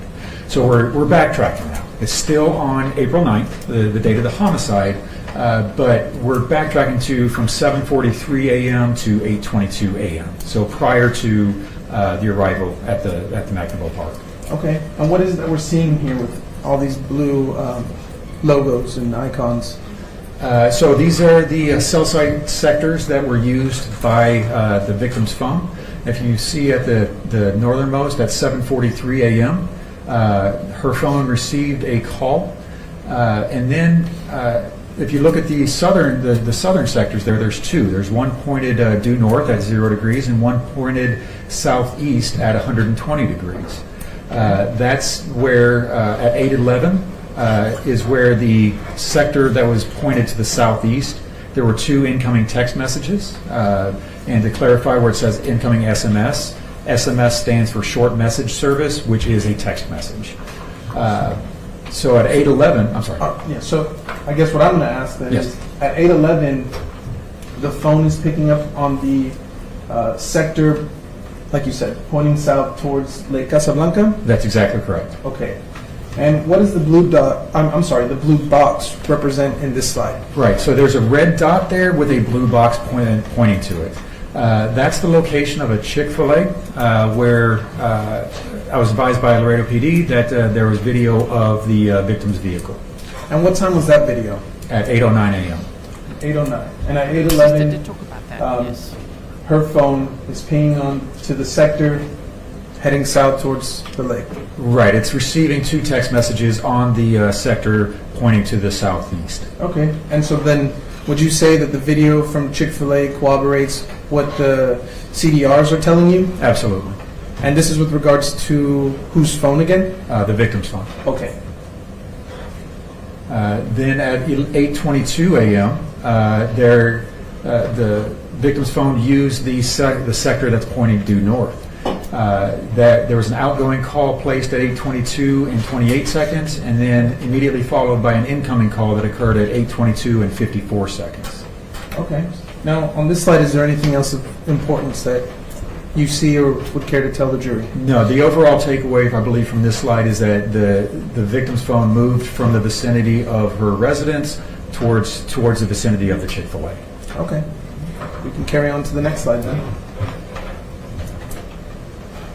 Looks like a lot of data. Yeah, the next one's worse. What is it that we're looking at right? Actually, before we get there, what time is it that we're looking at? So this is at 8:34 a.m. and going to 8:37 a.m. Okay. And what is it that we're looking at here? Right. So there are two different sectors that are being used by the defendant's phone, and those two different sectors were used to facilitate two timing advance arcs, as well as one outgoing phone call. Okay. So at 8:35, we'll start with 8:34. So on the sector to the south, the southeast portion of the map, there's the timing advance measurement that was taken at 8:34 a.m. And you can see that area, that large arc, that's kind of from top to bottom. Then at 8:35, there was a second timing advance arc taken from a different cell tower, and you can see that represented as the arc that's going side to side. Okay. And what does that arc tell you? So if you recall me saying about timing advance arcs, when we have a single timing advance arc, we can expect that phone is going to be somewhere within that arc or slightly inside. When you have overlapping arcs, you can start really narrowing down where that phone is, because that you cannot have a phone on one extreme end of one arc and the other extreme end of the other arc, right? So it's when those arcs are intersecting that we can really start pinpointing where the device is. And in this particular case, those arcs are intersecting just either right at or just south of Father McNaboe Park. Okay. And was there any other data that you could derive, whether it be the Google, Motorola, or anything, at this time period that would corroborate that intersection? In future slides, not this particular slide. Okay. But may I speak about the Well, what else, if anything, do you find of importance that you care to tell the jury of this slide? Yes. So just to close the loop on the outgoing call, you see the shaded area here. This is the area that the phone would have had to be in in order to connect to that particular cell site. And as you can see, that area, that shaded area, does cover the area around Father McNaboe Park. Okay. And so would you say that it's very unlikely for a phone to connect to a cell site or cell tower when it is not in that coverage area? Right. If a phone is outside of the coverage area of a cell site, it will not connect to that cell site. And for the northern cell site tower then, that's its coverage area? And shaded in the pinkish or peachish color, yes. Okay. And again, what area does it cover that's of importance? It covers the crime scene area as well as the portions of Father McNaboe Park. Okay. We can move on to the next slide then. Okay. What time are we looking at here? So we move forward a little bit more from 8:38 to 9:08 a.m. Okay. And what is it that we're seeing here? So the cell site, or the sector that's used towards the bottom of the map, was used from 8:38 to 9:06 a.m. This would be the area I would expect would cover the victim's house and probably likely the crime scene area as well. Then at 9:08, a different cell sector was used that's a little bit more north. Again, I would expect that cell site would also cover the same areas of the victim's house and Father McNaboe Park. Okay. And let's talk a little bit. Well, is there anything else of importance that you care to share to the jury about this slide? We'll get into it, I think, a little bit more, but when you have just this information, the information for these two particular sectors, and without any independent knowledge, there's no way that I can determine whether there's any movement involved. It could have happened where the phone connected to the southern tower for these calls, and for whatever reason, the phone decided it liked the other tower better for that last call. Okay. However, when you take into account the totality of everything, I do believe that this last cell tower does indicate that there is movement. And what are you taking in to make that assessment that there was movement? Primarily the video of the defendant's vehicle arriving at Father McNaboe Park. Of the defendant's vehicle? I'm sorry, the victim's vehicle. I apologize. Okay. So, but again, it is possible, just looking at this by itself in isolation, it is possible for a phone to connect to two different towers without actually moving. Okay, but again, in this case, you had the video evidence, right? Right, taking other factors into account. Okay. We can move to the next slide then. All right. What time are we looking at here? So this is from 9:49 to 10:36. Okay. And what is it that we're seeing? Very So important time. I'm going to forward one so we can kind of go in progression and chronological order here. So if you see here that I've created a little box around the small icons for the crime scene, and I kind of zoomed in a little bit. That's so that it can become a little bit more clear what we're talking about and what we're seeing. At 9:49 a.m. and 10:10 a.m., there were 2 measurements taken by the Motorola radio in the defendant's Border Patrol vehicle. And those locations are depicted there with the little gray symbol with a car in the middle. Okay. All right. And okay, what is it that we're looking at with that red dot? It looks like there's 2 dots. Could you explain to the jury why Sure. there's 2 dots?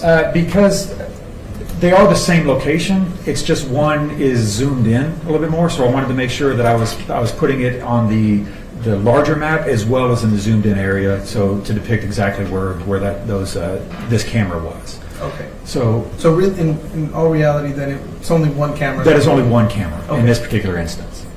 And could you tell us about the blue box, the camera box? Sure. So the Texas Department of Public Safety has hidden cameras at various locations along the border, along the Rio Grande area.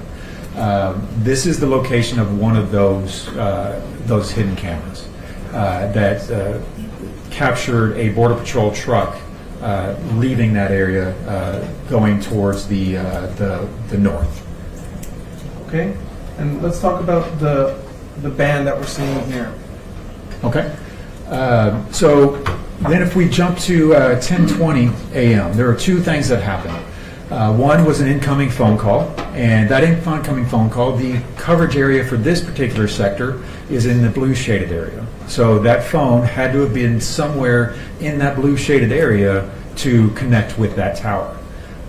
The second thing that happened is also at 10:20, but at 30 seconds past 10:20, as a timing advance arc, and you can see that arc shows an area that does intersect with that coverage area that we just discussed. Okay, so just for clarification purposes then, everything from the band moving left, is that happening at a later date than all the data you have on the, I'm sorry, from the band moving right, is that data that happens subsequent to the data that is on the left of the screen? Yes, so it's moving chronologically from left to right because that's the progression of movement of the device. Okay. So what we're seeing first happen then is those 2 Motorola GPS locations, is that correct? The first things in this slide are the 2 Motorola readings at 9:49 and 10:10. The second is at also at 10:10 was the DPS camera, motion sensor.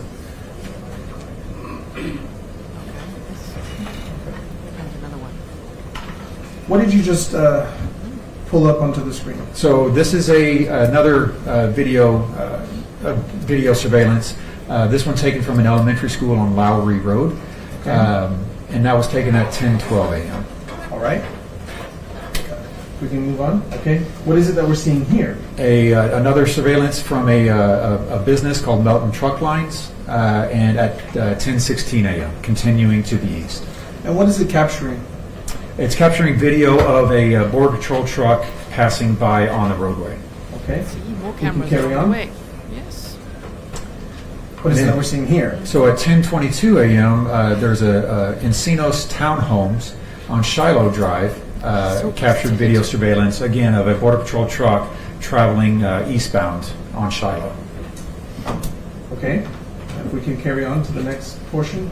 What is it that we're seeing here? At the J.B. Alexander 9th grade campus, there's another video footage, again showing a Border Patrol truck passing by, traveling eastbound on Shiloh. Okay. What if anything else do you have? Okay. And finally, the defendant's neighbor had video cameras mounted on his residence, which captured a Border Patrol truck entering his driveway. And remaining there. He arrived at 10:27 a.m. and then left at 10:36 or 10:37 is right on that line. Okay. Could we go back a couple slides? Just a couple slides? Yes, please. Okay. Right here, actually. Okay. What is the last outgoing call that the victim's phone placed? The last outgoing call occurred at 9:06 a.m. And just to summarize, so we're not having to worry about it later, at any point after this time period, are there any other outgoing messages and/or calls made by the victim's phone?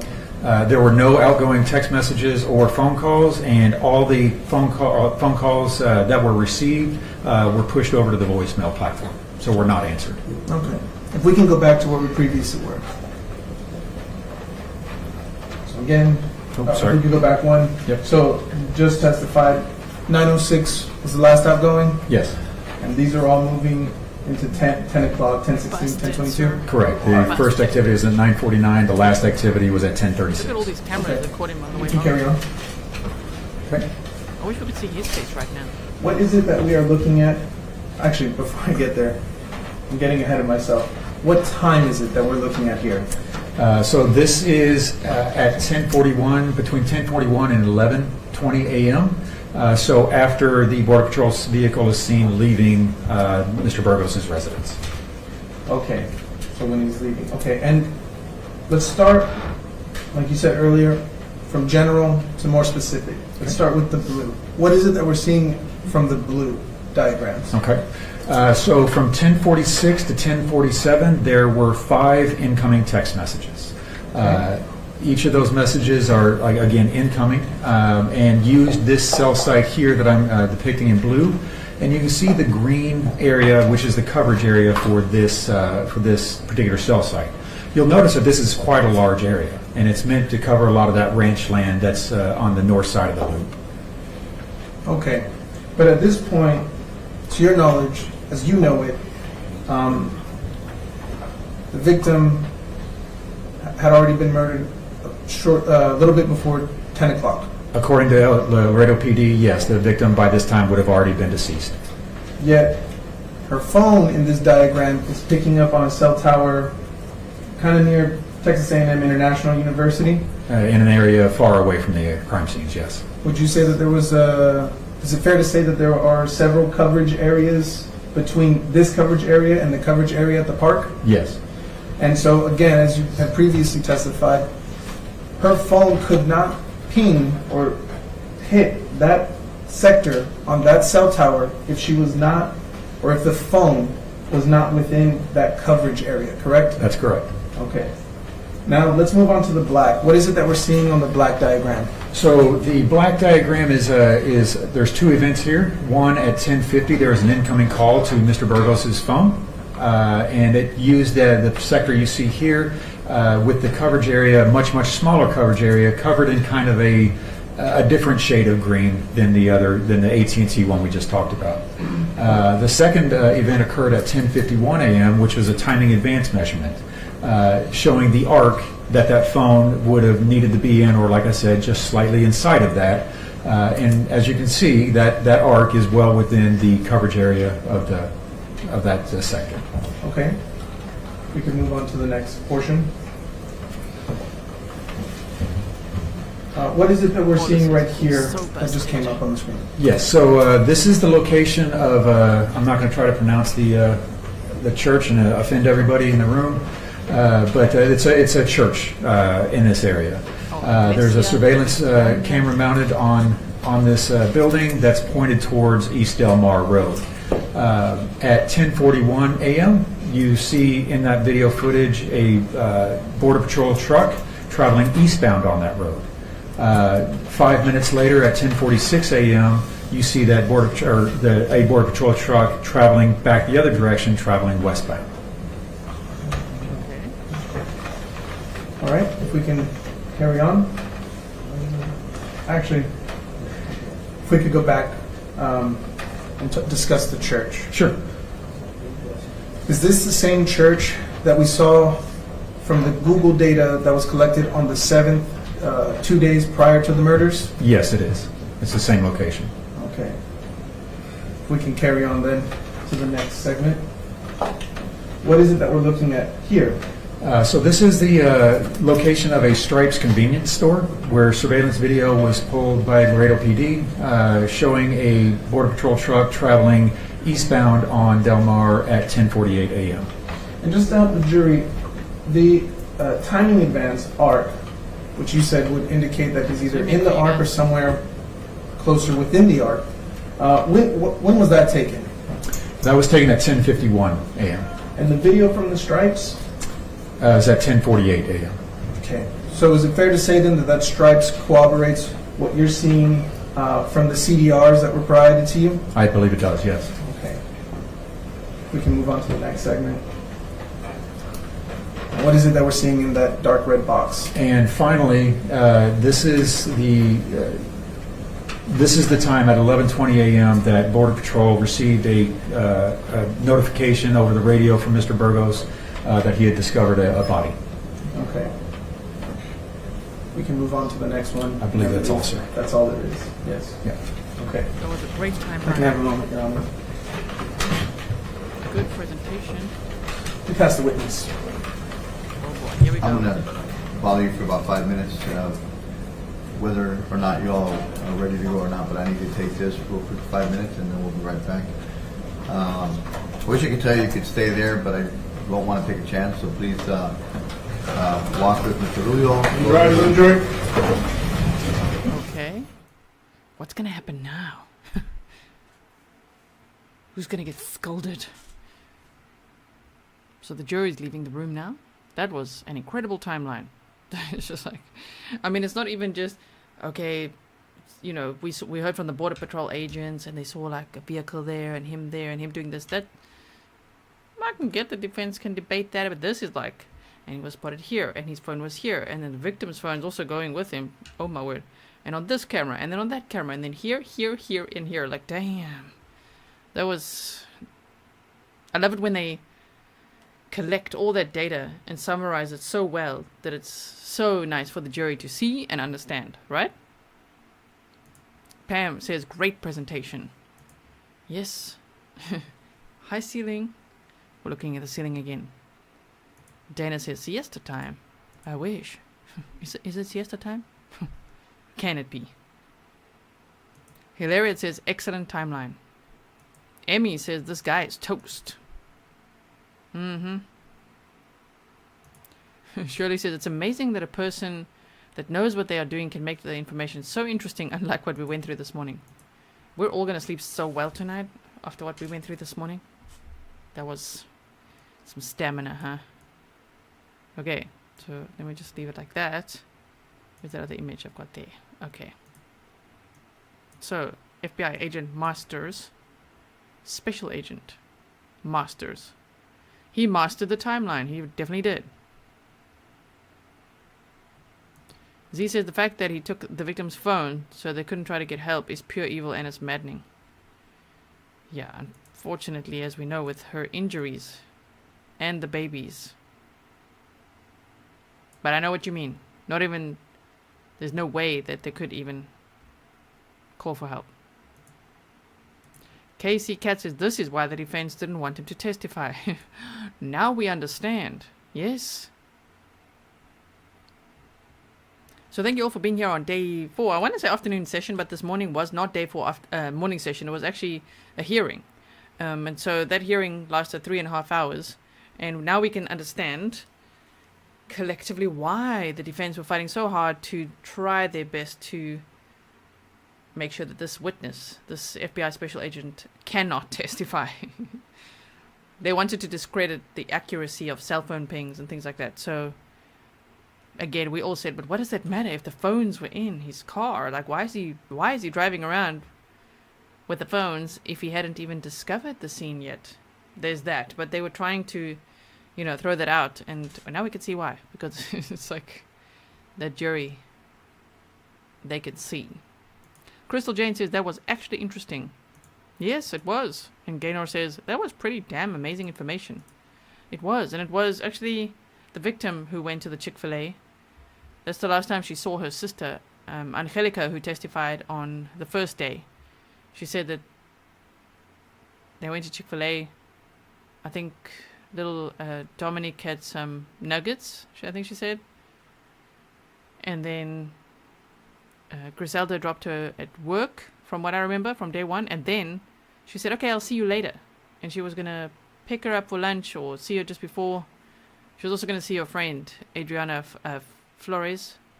just after lunch as well to hang out and watch a movie. So, yeah, neither her sister, no one expected this ever to happen. And they were absolutely devastated when they found out what happened. Sheila says him taking the phones is what got him, in my opinion. Yeah, that really is...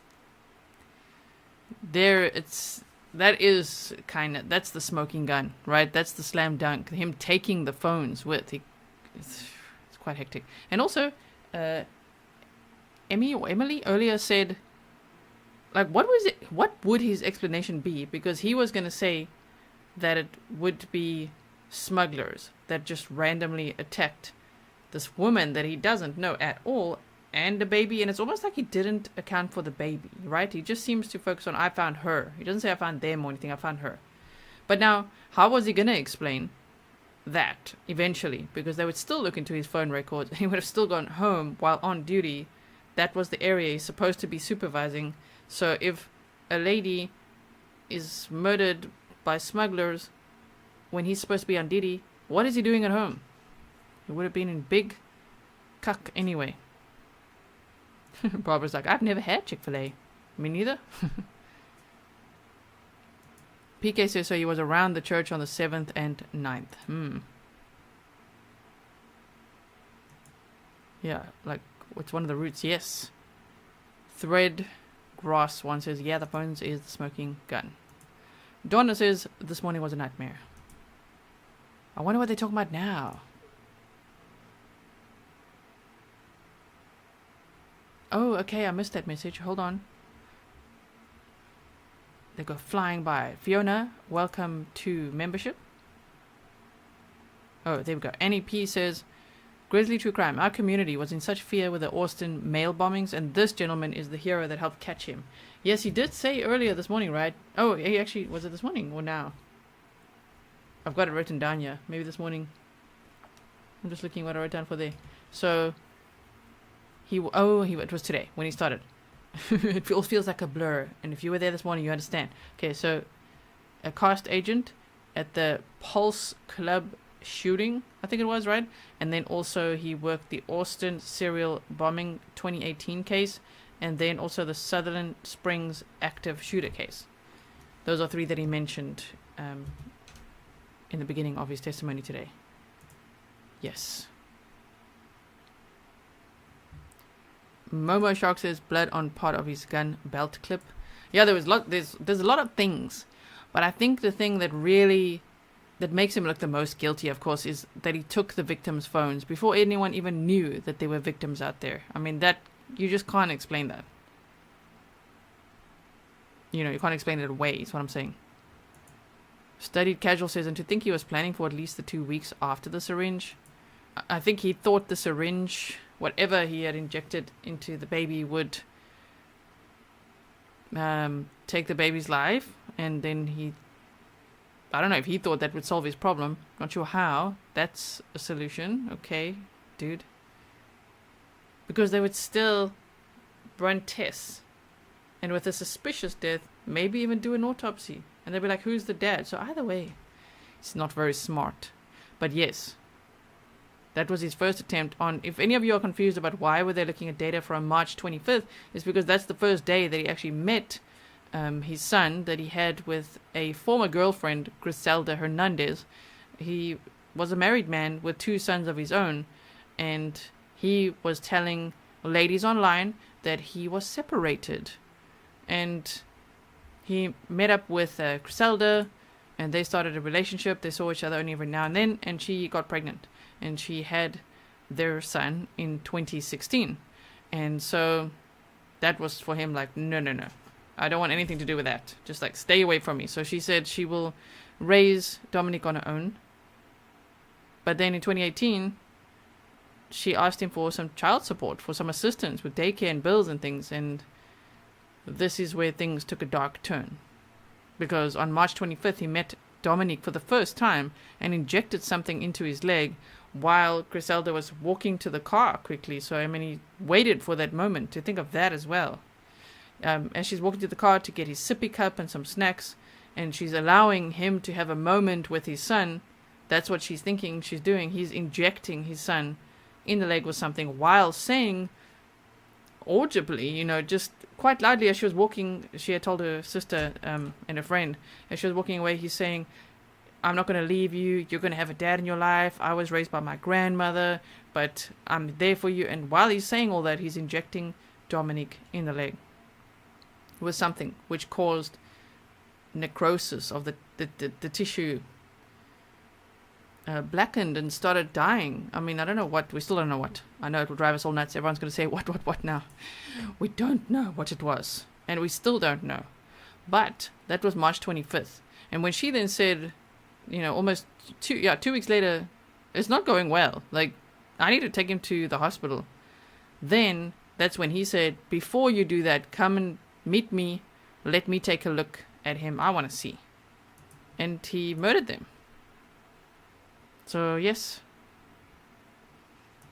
Rando from Iowa says, that's just disgusting.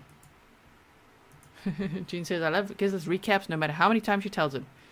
Thank you so much. I wonder, for those of you who've heard it so many times, try to make it, like, interesting each time. So thank you so much. Because there's some people, there's lots of new faces every day, and you might not know quite what's going on. I hope that helps. And that's why they showed, well, what happened on March 25th, so they could show the two phones meeting up, you see. And then they showed 2 days before, which was interesting to see, and then they showed April 9th of 2018, the day of the homicides. Lizzie Homemaker says he had no idea how fast the police could put this murder together.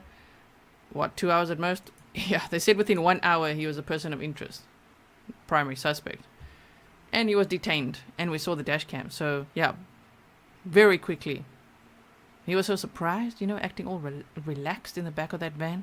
Just like, put yourself in my shoes, man. If you haven't checked out my YouTube shorts, I do make shorts, especially out of these long trial days when there's moments that all of us will never forget.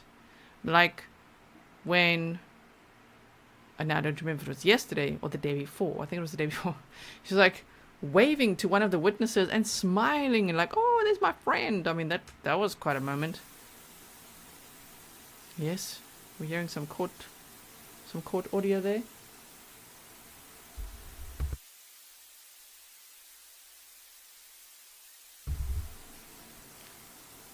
No, I'm just checking. It's not by me. It sounds like water or something. It's court audio. There was a little bit of court audio. So what's happening? Because as late as it's almost 11 p.m. I need coffee again. Pretty Mama Bear, they didn't say.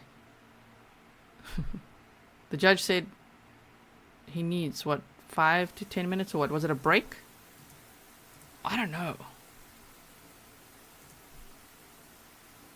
Thread Grass One says it was a prerequisite for her to pursue a child support case to get assistance with childcare. Exactly. Well, she was just following all the steps. I mean, he just didn't want to take responsibility at all. River Girl 2 said, he is evil personified in my opinion. He deserves everything that is due to him. Thank you, River Girl 2. Yes, Crofts and True Crime Tracy says, it is so incredibly sad that Grizelda had to die just because she was asking for help. I mean, she was setting boundaries, she was standing up for herself, she was saying, hey, this is your son. Don't you want a relationship with him? Don't you want to chip in a little bit? And with all his charm, shall we say, he was like luring her into a trap. He's like, okay, I'll meet up with him. You know? Let me meet up with him. And then the first time he meets up with him, he injects him in the leg. And he looks so much. Dominic he looked so much like his own son when he had 2 sons with his wife, right? And they showed the baby photos from one of the sons. They look so alike. Quite scary. Okay, sorry, I'm catching up on messages here. They're offline. Man. So, Studied Casual says, hearing about Dominic not able to walk again, dragging his leg while crawling, and that photo you showed of his only birthday. Yeah, we looked at that yesterday. That was his only birthday. Sassy Investigator says, you are amazing, Grizzly. Thank you for all your work. Cheers from Canada. Always nice to see people from all over the world. Cheers to you. Thank you so much. Let me try to find that picture for you. that we looked at yesterday. Yeah, the court's back in session. Oh, the court's back in session. Yes, sir. Yeah, this Cheated, one. I had a piece of cake. This is the picture from his only birthday. Everybody? Shame, look here.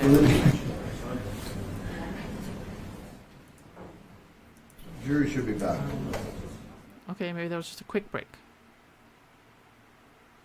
He only ever had the one birthday. Life of Coop said, wonder if the last expert investigated all the same data for the 25th. I believe so. I think he just showed us the main, you know, the critical points. But I'm sure. Okay, I'm gonna put that photo there. So if you haven't yet, please like, because it lets YouTube know that they should show this to others. So if you like the way that I cover trials, you want to see me do more of them, like the video, share, so that others can also discover us. Nefertiti1, thank you for your 99-cent super sticker. Here, Kitty Kitty says, I missed the body when he got arrested. Well, I'm not going to play it again here. We're just following the trial here. But it is timestamped for you from yesterday. So if you go to day 3 afternoon, you will see it there. All timestamped for you. I always do that, you know, after the streams and after they're processed. I timestamp everything for you so that it's really easy for you to just go, wait a minute, I want to see that. Just go to it. Are you able to enlarge his turtle photo, please? Lilac Peach. Someone asked me that earlier. Yes, I can. But not while court's in session, so I'll do it now quickly. There we go. So cute. Look at his little ninja outfit. Okay, so judge, what's happening? Let me just go find that other picture I had the whole time here. Oh, there's also this one. Just in case you guys didn't see me show this one, because now a lot of you, I've got like 50 emails with this because you thought I haven't showed it yet, but here it is. These are the only pictures we found so far. The ones I've now shown in total over the few days.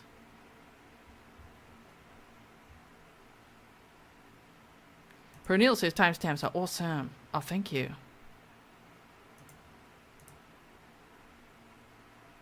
Okay. So, the jury's coming back in. Maybe, maybe they're all getting water or going to the bathroom, whatever. And it takes a little longer.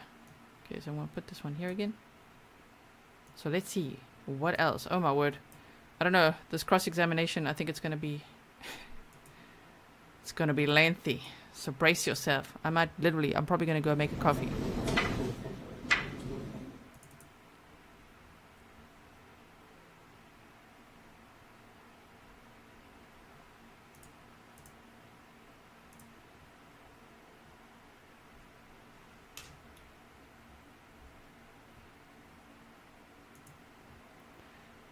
Sorry, that one's all blown up now. This is a very nice clear picture of them. Look. Shame. So if you want to know more about the case, make sure you check out the full trial prep and then also Thank the you. other days. Please have a seat. We've done lots of recaps and lots of information. We'll that we continue shared. with cross-examination. Cross-examination. Thank you, Your Honor. Good afternoon, Agent Masters. Hello, sir. My name's Ralph Schoen. I wanted to start just briefly in your educational background, prior professional experience. So my understanding from your direct testimony is your college degree was in accounting. Is that correct? That's correct. Okay. Do you have a degree of any kind in any field of engineering? I do not. Okay. So you have not practiced as a radio frequency engineer, electrical engineer, computer engineer? No, I have not. Okay. And you don't have any experience in telecommunications network design? No. And have not worked in the for a telecommunications company? No, not for the company, no. You've been essentially, since you graduated from college, a career law enforcement officer? That's correct. Okay. And as I understand from your prior history as a law enforcement officer, it wasn't until you joined the FBI, and I believe that was 2011, is that correct? That is correct, sir. That's when you first began, was it 2011 that you first began training in this area, or was it subsequent to that? No, it was in 2014. Okay. So it's only been since well, it's been since 2014 to the present date that you've had the training and been engaged in this particular field of cell site location analysis. Yes. Okay.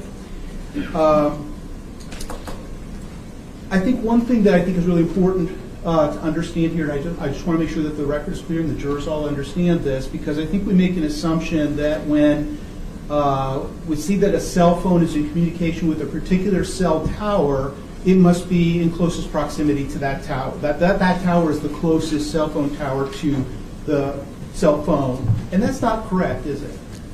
Generally, it is correct, but not always. There are factors that could affect that. Okay, so it's not necessarily, that's the important point here, I think, for me, is that it's not necessarily the case that if a cell phone is pinging or communicating with a particular cell phone tower, that it is closest to that tower as opposed to another tower in the area. Again, generally, it is the closest tower because that is going to have the strongest and clearest signal, but not always because there are factors that could affect that. And even when a cell phone is initially connected to the cellular network through a particular cell tower, that doesn't necessarily mean that the call will remain connected to that cell tower, but will, depending on the strength of the competing cell phone tower signals, it may be actually transferred to a different cell phone tower. Is that correct? Partially. You're mixing things up a little bit, but when the phone connects to the network, it is the phone that chooses which cell site it's going to use. As soon as the cell site connects to that network, that first cell site is what we see in the call detail records. Subsequent to that, the network takes over and can redirect to a different cell site using the information that is obtained from the phone. As long as the phone can see it, the phone communicates all the information that it sees about the surrounding towers, so the network can decide, okay, I want you to move you over to this other tower to optimize my load. Thank you for that explanation. I want to just touch then also on something you testified about on direct, which has to do with when a phone is mobile versus when it's stationary. Mm-hmm. And I believe your testimony on direct was that even when a phone is stationary in one location, because it may be in overlapping coverage areas of multiple cell phone towers, it may connect to more than one cell phone tower, even though the phone itself is stationary. Is that correct? There are times where that can happen, and there's also times where it would be unreasonable for that to happen. If the two cell towers that you're talking about are 20 miles apart with 10 cell sites in between them, then no, that would not occur. If you're talking about the surrounding tower, the adjacent tower, then yes, it is possible for that phone to remain in one place and connect to both of those towers. But one cannot necessarily conclude that a cell phone is moving from the fact that it connects to more than one tower. Sometimes you can, depending on the towers that you're speaking of, but sometimes you cannot. That's correct. And conversely, when a phone is mobile, is moving, mm-hmm. That phone, even though it's moving in space, may actually connect to the same cell phone tower over different moments of time, notwithstanding the fact that the phone is mobile. Isn't that correct? I'm not quite understanding your question. Well, my question is that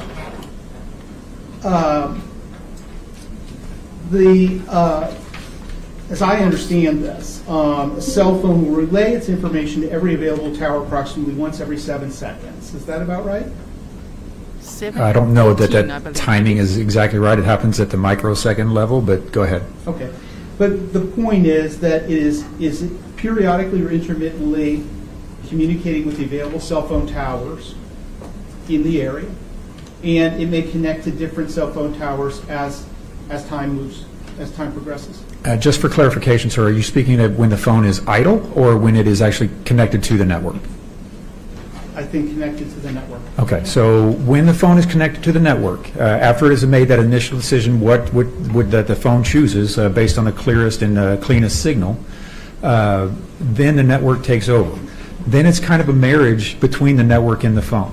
The phone is still measuring all the cell sites in the area, and it's reporting those measurements to the network where the network can decide, okay, you're fine, stay where you are, where everything's good, or if in the case of your example, if you're moving, then your signal is going to be weaker as you move away from the tower, from Tower 1, but the Tower 2 is going to get stronger. So at some point, there's a cutoff where the network is going to say, okay, hand off from Tower 1 to Tower 2.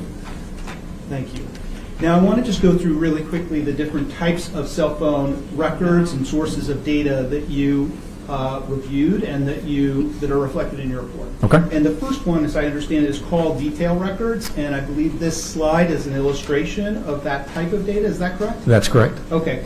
And what's important to know, or one thing to know about call detail records, is it contains information about the date, time, call duration, the parties to the call, and the cell phone tower that connected the phone to the cellular network, correct? The tower and sector, yes. And I just want this to be clear, because in this particular illustration, you show an arc and you show a shaded area, but because this particular kind of data doesn't allow for a calculation of distance, Right.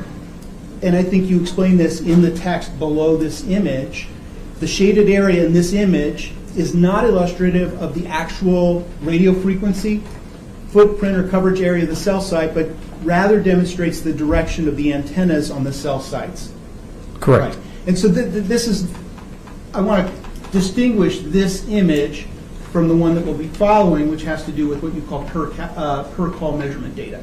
Sure. But the point here is that with respect to this particular type of data, one can't reach any conclusions about the location of the cell phone in any particular area. It's just in any particular geographic area, just the direction, its relative position relative to the cell phone tower. Is that correct? That's not correct, sir. Okay, I'm sorry. So what you can conclude based on just a single cell sector that a phone utilized is that phone was within the coverage area of that cell sector. As we discussed earlier, a phone that is outside of the coverage area will not connect to that cell site. A phone has to be within that coverage area. But this little semicircular, or I don't know what you call a third of a circle, that sector, that doesn't represent the coverage area in this illustration, correct? That is correct. Generally, in maps this way, obviously the radio frequency energy doesn't stop along the lines that I drew on a map. This is just a illustrative point to show the direction. You can generalize how far the signal is going out based on how far away it is from the next tower. Network operators, they design their networks so that the tower frequency from one tower goes a little over halfway to the next tower to allow for that overlap for an easy handoff. So in this particular image, in this illustration, I don't have any other cell sites listed, so your point is correct that there's no way to distinguish where the cell site, the coverage area would be for this. Okay, thank you. And just so the record is clear, this is the only kind of data that you had with respect to Grizelda Hernandez's cell phone. Is that correct? That is correct. Okay, so you did not have the per call measurement data or the Google location data? Correct. AT&T does not have did not have a timing advance report back in 2018, and there was no Google information provided for her phone. Okay, thank you. I want to just then move to this illustration, and this is what you've called the timing advance illustration. And you explained that for a Sprint cell phone, which was the only one of the two cell phones in this particular case from which you could get this particular type of data, the particular technology that Sprint uses, it calls per call measurement data. Correct. And that's just what Sprint calls its particular variation of this type of technology. Correct. Timing advance is the technology. Per call measurement data is like a retail name of that technology. And this data was not available for Grizelda Hernandez's phone. That is correct. AT&T did not offer this and information. You explained that this band that's illustrated here in this image, red band, you can conclude that the phone is either within that band or within that area, correct? Slightly inside, yes, sir. And so you relied on this data for the purposes of your report, correct? I did. Okay, and you reviewed the Sprint per call measurement data from Mr. Burgos-Aviles' phone, correct? That's correct. Your Honor, may I approach marked this as Defendant's Exhibit 6, enjoying and this, I hope Mr. that's Burgos? the correct number. Sure.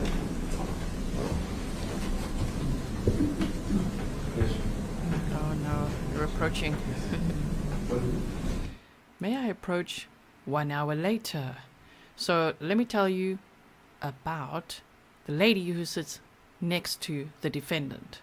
Thea Posal is a clinical assistant professor at the Steve Hicks School of Social Work and the Capital Punishment Clinic at the School of Law. Thank you. So, Agent Masters, I'm showing you what's been marked as Defendant's Exhibit 6. yes, Do you recognize that document? That's I do. for now. And you recall seeing it from your review of the per call measurement data records in this case? it was in the records. I did not review it because I've seen it 100 times. Okay. So it's standard for this Yes. document to be in Sprint per call measurement data records. Correct. I'd ask you to direct your attention here to the section at the bottom of this document, and because the ladies and gentlemen in the courtroom can't see it, I would just ask you to read, for the record, the paragraph below PCMD disclaimer.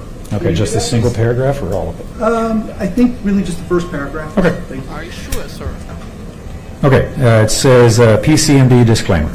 Please be advised that there are known accuracy variances, with PCMD reporting.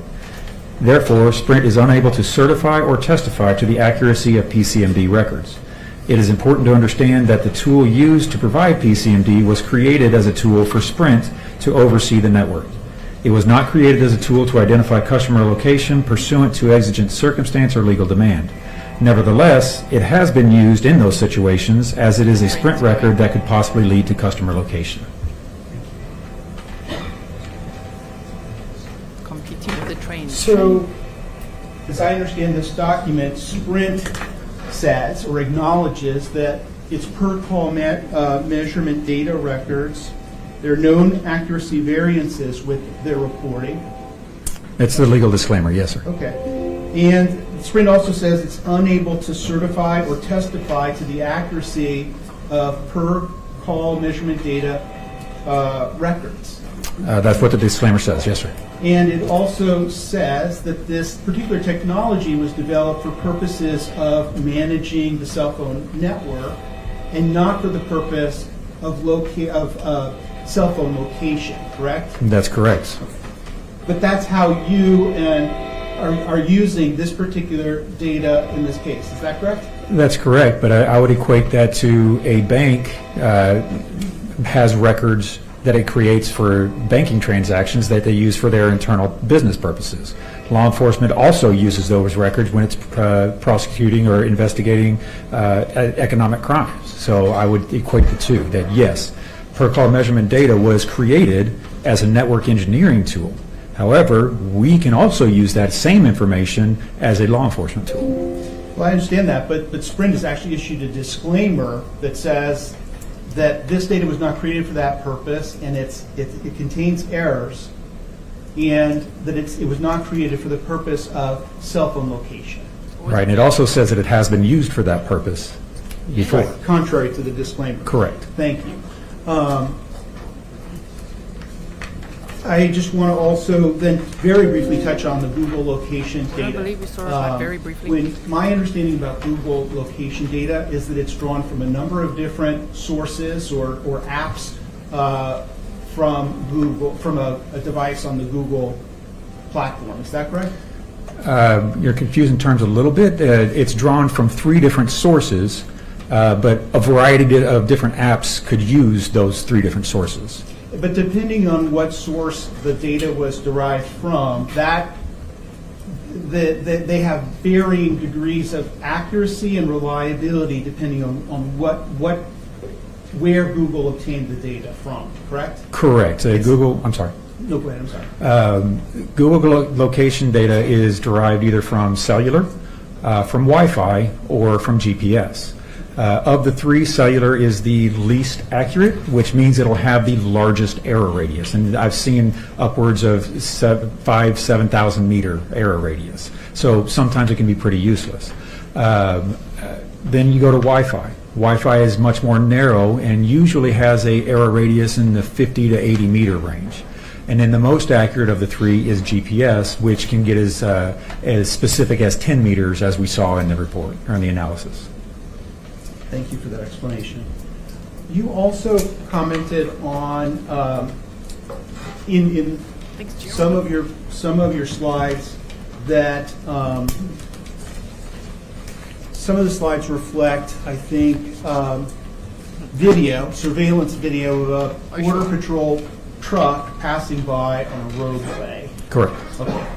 And that language, I noticed, you're not claiming that you can tell from the video that it is identifiably Mr. Burgos-Aviles' truck. Is that correct? Even if his particular truck was in front of me, I couldn't identify whether it was his truck. I have no independent knowledge of which truck is his, which one was not. The only thing I'm saying is that the Laredo Police Department provided me with dates, times, locations, as well as the still video shots showing a Border Patrol truck passing by each location that's listed. That's right. Right, so all you're saying is that a Border Patrol truck is visible in those surveillance videos. That is correct, sir. And we're on the border. Can you roughly estimate like how many Border Patrol trucks there are driving around in town Laredo? I couldn't estimate, sir, but there's more than one. I know that. Okay, thank you. Snarky time.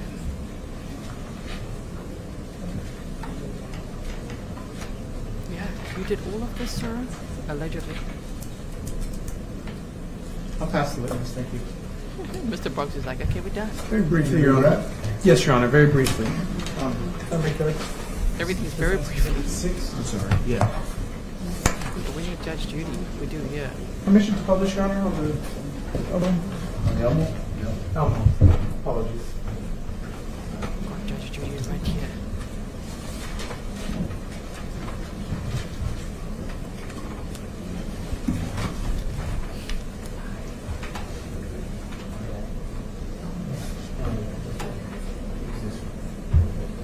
Okay.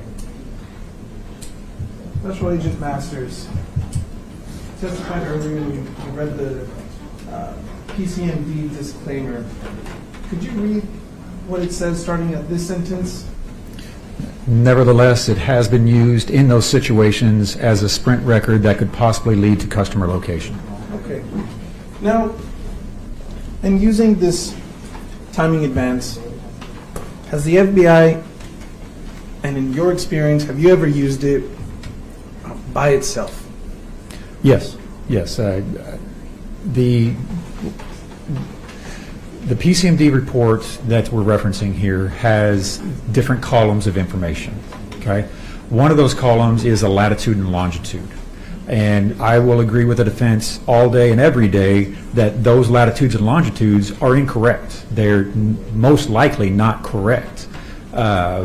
What those are the network's best guess at the specific location that device is located.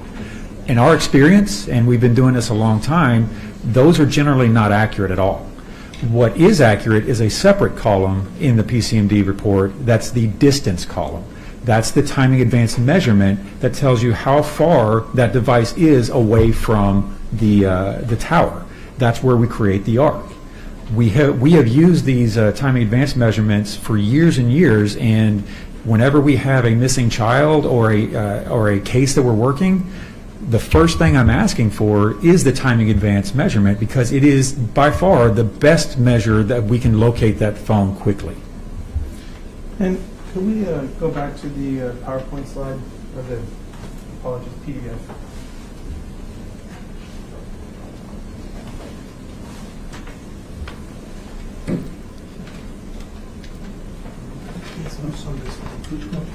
No, right there's one. Now the brains again.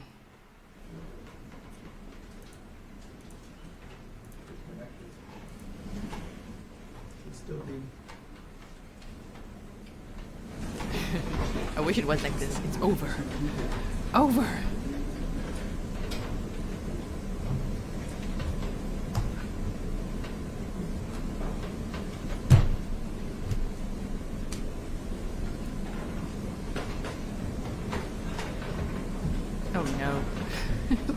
more computer problems.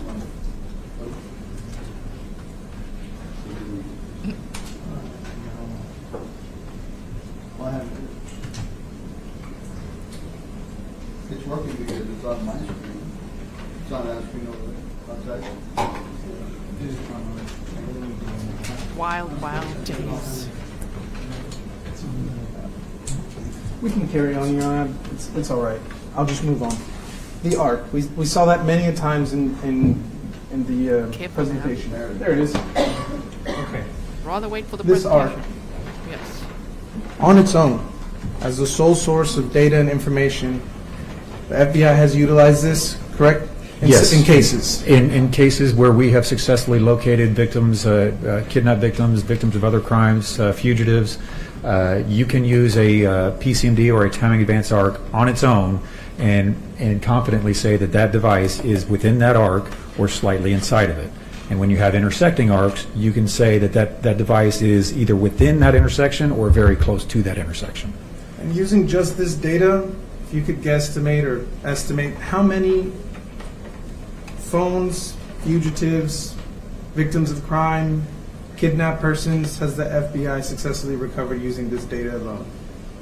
Easily hundreds, possibly into the thousands. Okay. And lastly, in this report that you generated for this particular case, was this the only source of data you relied on? No, sir. There were 5 sources of data that I relied on. And what were these 5 sources of data you relied on? The first is the call detail records for each of the phones. The second is the timing advance, which both came from a provider but are independent systems within that provider. The third is the Google location data. The fourth is the Motorola radio from the Border Patrol vehicle. And the fifth is the surveillance video obtained by Laredo PD. Nice. That's a Pass lot the of witness, points. Your Honor. All those points coming I was just together. asked to introduce Defense Exhibit 6 into evidence. No further questions. For West. Eduardo is very quiet today. Oh, I'm sorry. I thought you were... I feel like clapping, like yes. Your Honor, a Special Agent Masters BC. All right. You did it, sir. Big rounding, 110-degree weather before we go to Hawaii. I'm not sure which decision. So what? Yes. Go ahead. Go ahead, Anna. When the state rests their case, the We're gonna facing change the the wire on defense that Napa real quick. will call their witness, who we heard this morning, Thank you, Dan. to the stand. No shade on him. It's just going to be really exhausting.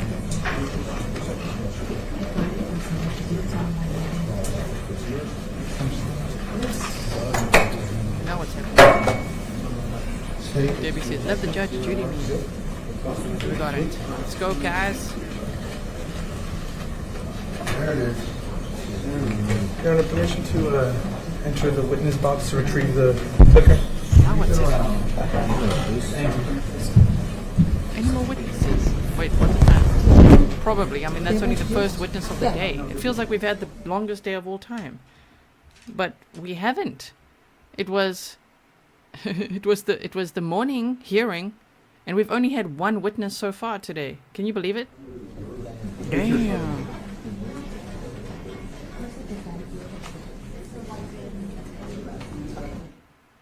Jill says, holy moly, these trials, lol. I know, right? Please remember I boost the audio of the trial, so that's very loud compared to me. I'm not a sound engineer, so I can see the volumes here. I don't want to put this to the red when I talk. You'll get a big fright, okay? And when they're talking, I generally talk a little bit softer. I'm just mumbling here. I'm making some commentary. I don't want to talk right over them. Hope the volume is sorted out now. Because it's to the max here. There. It's just, we're getting used to this sound here that's so boosted, okay? Our eardrums are used to boosting Eduardo and team. Okay, now what are they asking?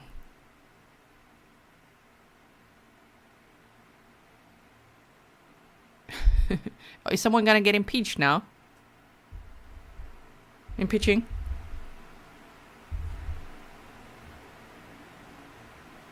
This guy was getting so annoyed. He was getting so annoyed with the tick. Yes. Old Art says we are just getting the day started. I mean, I'm almost like, okay, what time is it? It's almost 5. We're done, right? No, we're not. That was witness number 1 for the day. Vicky says, Agent, we salute you. Jungle Mom says, who now?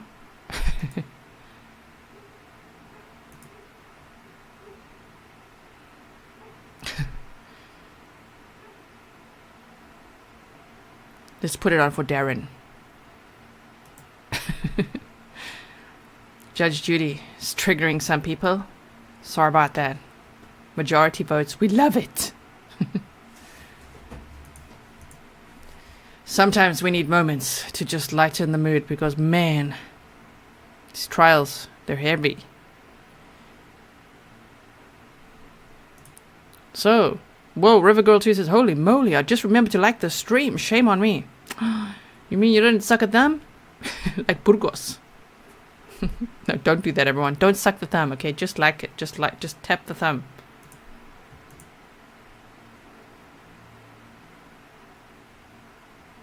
It's as if the energy in this room has just lifted. Like a weight is off their shoulders somehow. I think it's just like, oh my word, we got through that. The witness has testified. Can you guys hear me fine now? Boyd says, bet they call it a day. If they do, I'm going to be so mad at them because I drank coffee now. I'm awake. You better keep going. Eduardo's busy looking for something here. Oh, sorry. Let's just see what they're doing. I wanted to tell you still. Thea, the lady that sits next to the defendant, is a clinical assistant professor at the Steve Hicks School of Social Work, a clinical instructor in the Capital Punishment Clinic at the School of Law, and the JDMSSW dual degree advisor for the School of Law. She's worked with capital defense teams in both Colorado and Texas, from pre-trial litigation preparation and consulting to state and federal post-conviction cases. Thea's areas of interest include jury selection, jury decision-making, mitigation, investigation, and presentation, and she works primarily on Texas state court advocacy and consulting at the capital, trial, appellate, and habeas stages. Jared Daniel says the defense needs to hold up the I surrender flag. Yes. And we need to hold up the horror hog for the day. For that hearing, the horror hog needed to feature. Yes, sure and Thea. If we don't have appropriate humor, how do we continue through this thing called life? And it's never disrespect to the case, to the victims, to the families. It's just sometimes in these trials, you know, we need a little Judge Judy here to be like, hurry up, folks. Let's go. What are they all doing now? It's CBP's criminal investigator, Adrianas Escamilla. Adriana Escamilla. Oh boy. Please spell the names. Make sure Please that spell the you names. Do that switch on that 103.1. Adrianas Escamilla is what I heard. We'll bring down the copies. Very good, thank you.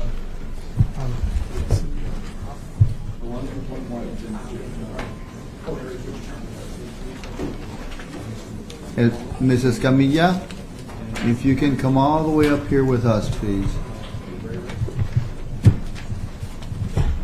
Adrianas. Okay. Good afternoon. Good afternoon, Your Honor. Have you been sworn in? I have not. Very good. Please raise your right hand. Yeah, Escamilla. The whole truth and nothing but the truth, so help you God? Thank you. Go around the court quarter and up the steps here. Thank you. Take a seat in the witness Yes, okay. chair. Thank you, and thank you. Scoot up to the mic and we'll be ready Luna. to go. Toledo. Escamilla. I do have some extra water just in case you need some. Thank you.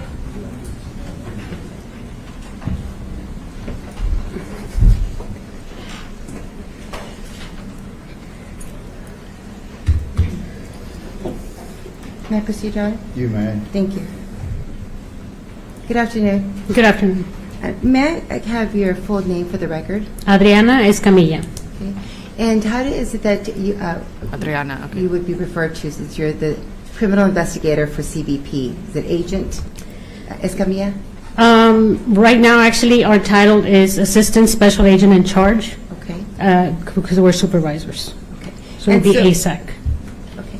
And so you are a criminal investigator. Can you explain to the ladies and gentlemen of the jury how you're a criminal investigator for what agency and what your authority is? Yes. So I am employed by U.S. Customs and Border Protection, Office of Professional Responsibility, which is basically internal affairs. We are the internal affairs division for Customs and Border Protection. And we have the authority to investigate the three largest branches within CBP, which is Office of Field Operations, U.S. Border Patrol, and Air and Marine. And we investigate both administrative and criminal matters involving all employees. And how long is it that you've been working for CBP? So I started my career in 2001 with the U.S. Customs Service as a CBP officer, frontline officer at the bridge. I then promoted to a supervisor, first-line supervisor in 2006, promoted to a second-line supervisor in 2009. In 2012, I started as a task force agent, deputized to investigate criminal matters or administrative matters with CBP Internal Affairs. And then in 2016, I was offered a full-time position as a special agent. I went to the academy to get certified and trained as a criminal investigator. I came back, and then in 2009, and that's when I was promoted to a supervisory criminal investigator for the Laredo Field Office. And in 2018, I know you just mentioned that you were a supervisory criminal investigator. In 2018, were you already a supervisory criminal investigator? No, I was not. I was actually still a field agent, a special agent out on the field. Now, do you recall being involved or participating in an investigation regarding Ronald Anthony Burgos-Aviles, a Border Patrol agent? Yes, And this was back in April 9th of 2018? that is correct. And do you recall how you began this investigation or how you were informed about this investigation? So April 9th of 2018 was actually a Monday. I was the assigned duty agent on call for my office. The way that we do our rotation is on a weekly basis, and we basically field all calls having to do with any CBP-related employee matters. Okay. And who was it that contacted you? So on April the 9th, 2018, we received a call from the Laredo Police Department from Sergeant Cordelia Perez advising us that they had an incident, or they were investigating an incident at Father McNaboe involving the murders of two individuals, and that one of their prime suspects was Mr. Burgos, and that he was going to be transported to their station for further questioning. And do you recall approximately what time this call came in? So the call came in approximately, probably a little bit after 2 o'clock. And by the time we get the call, obviously we start making all the notifications, and we advise that we're en route to the scene, and we ended up at Father McNaboe around 3 p.m. or so. And did you obtain any information before you left to, did you make it out to Father McNaboe, you said? Yes, we did. And So, did you obtain any information before you left to Father McNaboe? yes, so while I am en route, me as a duty agent, we have the ability of tapping to other agents within our office. So my responsibility is to make it to the scene as soon as possible. I start making the request to other agents to start collecting duty schedules, anything relevant to the assignment of Mr. Burgos for that day, and that's basically to determine where was he supposed to be at, what duties was he supposed to be doing for that day. Now, I'm going to show you what has been marked as State's Exhibit 472.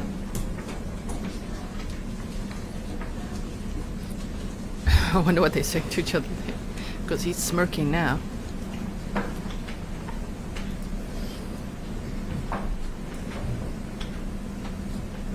What a great witness.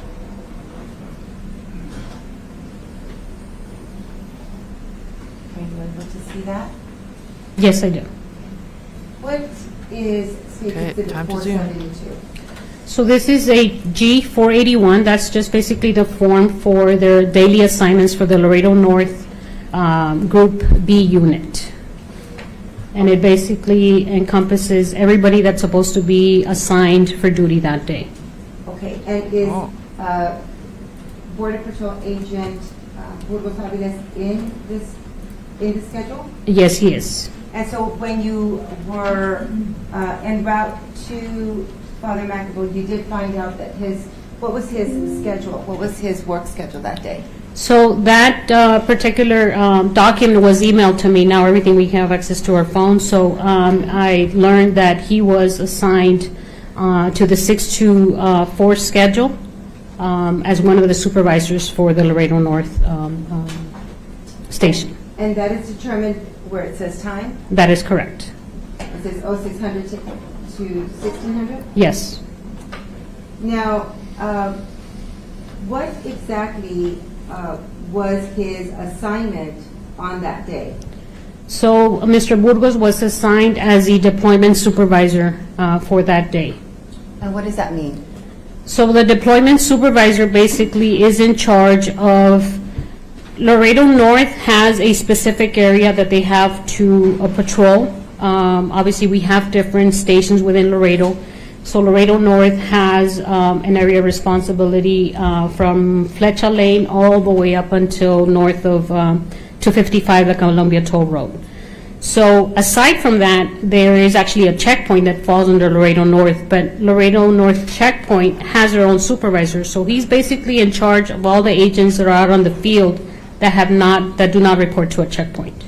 And have you reviewed this report before? Yes. How many agents was he supervising that day that exclude the agents that were at the checkpoint? If I recall, it was a little bit more than 13 or something or so. I would need to count. Yeah, it's anyone that's designated a particular zone is basically that who would fall under him. And so that would include, and for State Exhibit 472, this zone here, which is, it says Z7, That is correct. and this is the zone that includes Father McNaboe. Yes. And so there's 3 agents here, including. So they're showing where he was supposed to be on duty that day. Can you? Yeah, there we go. Yes. And then we have in zone 6. and Right. 4. Right. So they start dividing the different areas of responsibilities to different agents that are going to be patrolling that area. And this also has a designation that says a fleet number. Yes, that is correct. What fleet number, what does that mean? So the fleet number is basically the assigned unit that particular agent or supervisor will be driving for that day. The importance of having this information accurate, and normally this is given to the agents and the supervisors early morning. Once they confirm that all this information is accurate as far as the unit numbers, that information is passed on to their communication center, and that's for safety reasons, to know who's driving what kilo unit, what unit number in case of an emergency or in case there is something that they need to assist with. Okay, and could you identify where it says fleet number, what agent, SBPA, which stands for what? Supervisory Border Patrol Agent. So for Agent Burgos, Ronald Burgos, which fleet number was he assigned? It's kind of like in the glare. I can barely read it from the document, but I should have it in my report. Does that help? Now they'll be zooming even more. Okay, we can also. Kilo 66119? Yes. That's right. Very good. Thank you. Burgos. Now, in this area, we have what is called star number. What does that indicate? So that is basically their radio call sign. Anytime that there is any type of radio transmission, before the agent transmits, he will call out his call sign and advise who's the one transmitting that. And that, again, is to identify who's providing that information or who's requesting information, whether it's from a supervisor or from the communication center. And so before any transmission is made, they call out that number. Yes. And there are, under Mr. Burgos' name, there are several, I'm not sure if you can see that from here. Yes, I can. There are several letters or indicating they're in parentheses. Does that have any significance? Yes, it does. So, again, different agents, to include supervisors, have different capabilities and different trainings that they go through or get certified to. Those acronyms basically stand for specific trainings that they've been certified or that they've received, and that assists the supervisors or agents out in the field in case they need an EMT or they need someone in a specific area. They can just go based off that particular acronyms that are listed next to their name. Can you tell us what these acronyms HCG? Yeah, what's that? I believe that's high capacity government vehicle, which is just basically means is that he's able to drive a like a pickup truck or something that he can maneuver or do a high speed or it's a different type of training having to do with vehicles, an advanced training. And what about LL, is that an I? LLI, that means that he's a less lethal instructor. He went to an advanced academy for CBP, and they're basically they teach him how to be an instructor and teach the different lessons that we have to go through when it has to do with defending ourselves or encountering different type of weapons when we are out in the field. Yes. He was part of the U.S. Navy as well. The last acronym?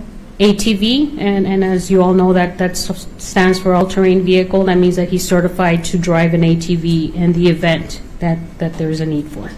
Row ATV. Now, in addition to getting his schedule, did you once you arrived to the location, did you in fact see his kilo unit? Yes, I did. Okay. Was Mr. Burgos or Agent Burgos still at Father McNaboe when you arrived? No, he was not. And where did you see these units? So when we arrived at Father McNaboe, we actually arrived through the main entrance, and we were met by one of the sergeants there on scene, but we were on the baseball field side. We were by the white Mercedes, where the white Mercedes was parked. We were met by Sergeant Lozano from Capers. He greeted us, and he basically started briefing us on what they had developed up until that point, which was around 3 p.m. We walked from that point all the way to the crime scene. And well en route to the crime scene, they started showing us the different trails, the different tracks that they had already discovered at that time. Finally, we ended up at what we call the little island, and that's where the 2 units, kilo units, the 2 pickup trucks were parked on the right side. Now I'm going to show you what has been marked as States Exhibit 217 and ask you if you said you saw Agent Burgos' There, they're going to show it. That's a lot. That's Yes, that's correct.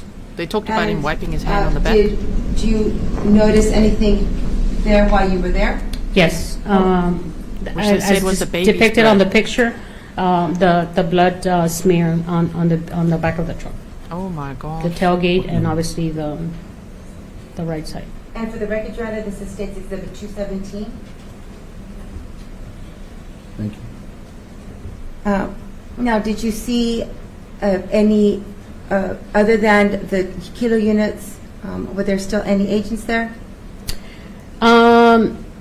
Not Border Patrol agents. I think by the time I arrived, it was just Laredo PD officers and detectives that were actually processing the scene. Now, how long did you remain at the scene?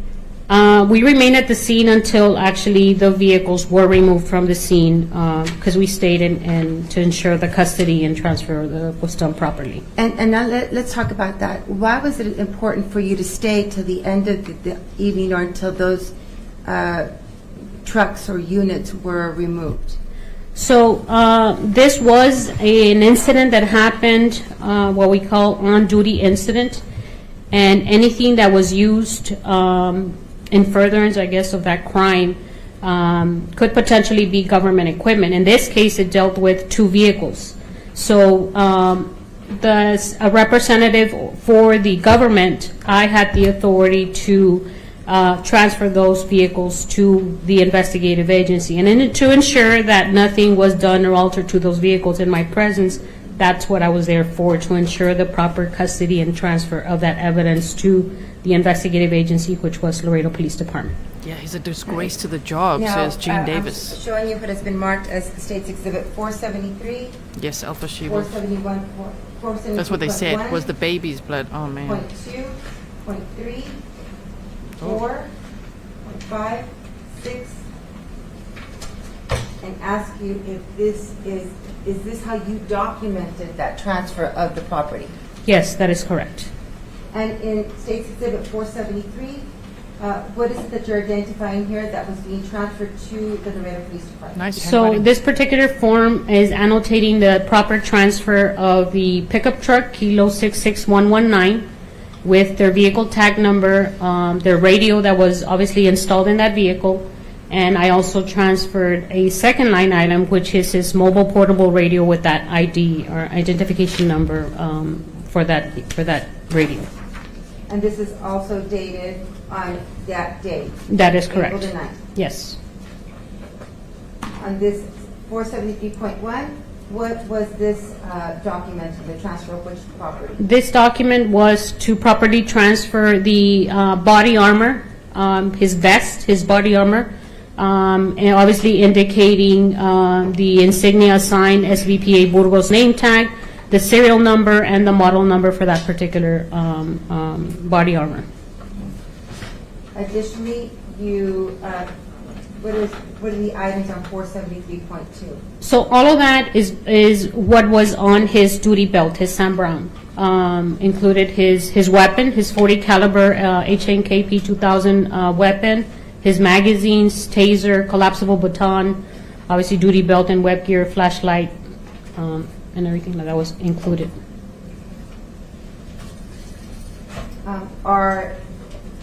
Are there any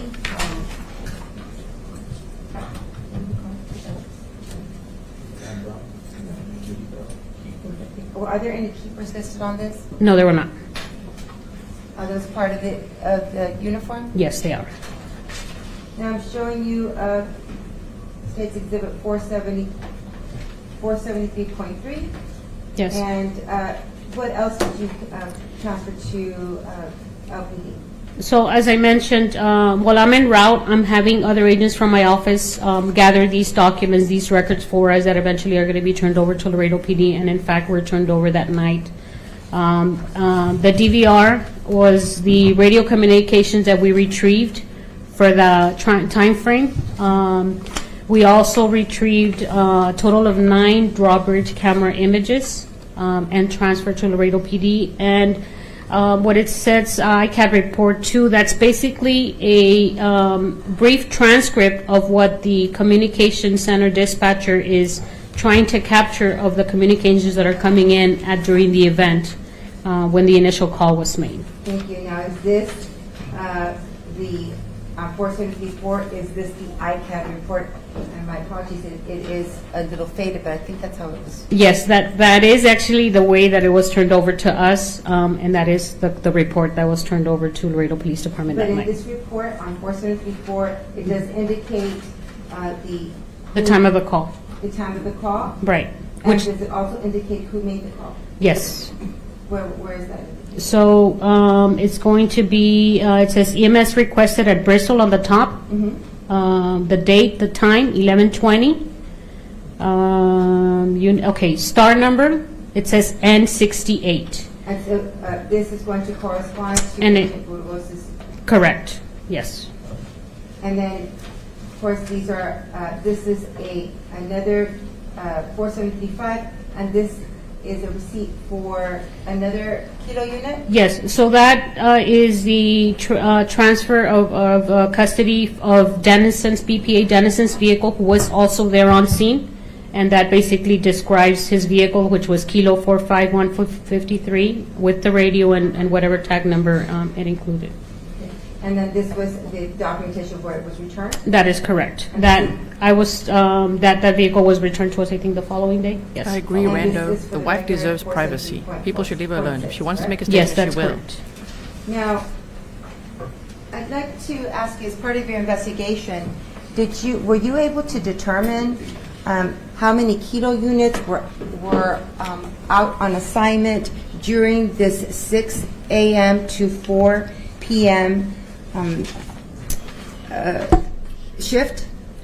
Yes, so going back to that G481, and the reason that I proceeded to do the research of wanting to know how many kilo units were actually out on the field that day is because one of the drawbridge camera images resulted in a very distinctive feature in a vehicle that was around the crime scene. I'm going to show you, now, you submitted states 469, and these were all the different drawbridge cameras, images that you were able to obtain from which area? So this is from the Father McNaboe area. And I'm showing you 469 and the other images that are associated with 469, 469-2, 3 and 4, and it ends at 469-7 for this grouping. That Now, is you correct. mentioned that you found one, and I'm going to identify as States Exhibit 470. Is this the drawbridge camera that you were about to mention? Yes, that is correct. Where was this drawbridge camera? So this particular drawbridge camera was at the end of Bristol Road in Father McNaboe by one of the trails, ATV trails.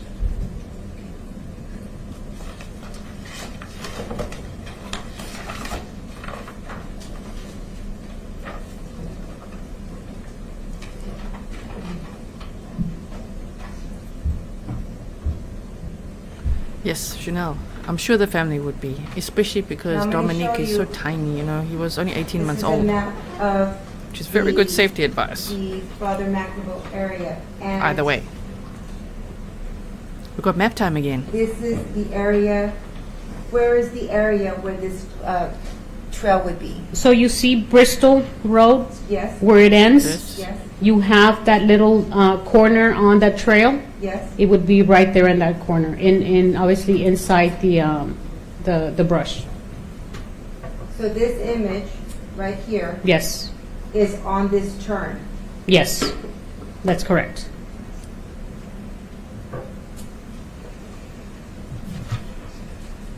Now, what was it that you spotted on this image, which is the Thank you so much, Jen T. States 470? So that particular image, 8181, dated 4/9/2018, took a snapshot of a vehicle at 10/10/10.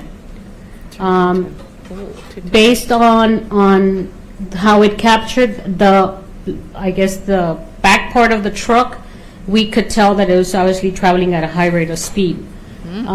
But what made this image a very distinct image for that vehicle is that we actually spotted that black spot that you see on that fender or rear fender. Oh, And this spot? Zoom into this. yeah. Oh, we're zooming in. It's really not a great picture. But I think this spot, There. is it? Yeah, that's good. Okay.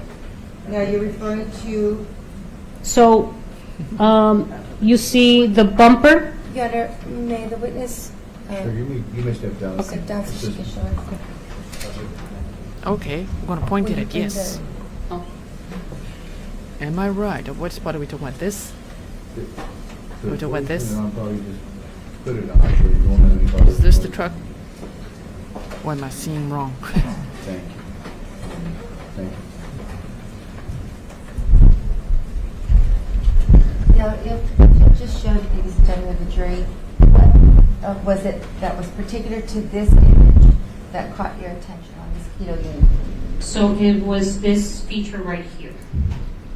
This feature right here is considered to be a tracking light, a spotlight, something that assists Border Patrol to be able to shine light on whatever they're trying to track, specifically at night. Now,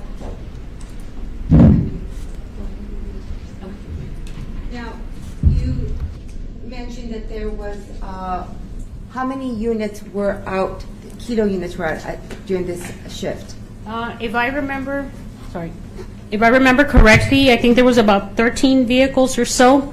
And we're talking about pickup trucks assigned to Laredo North that day. Out of those 13 vehicles, because I know that at the time that I had a vehicle with a very distinct mark or very distinct tool attached to this vehicle, when I determined, actually narrowed it down, there was only 2 vehicles with that particular equipment. Now, I'm going to show you State's Exhibit 468 and 468-1.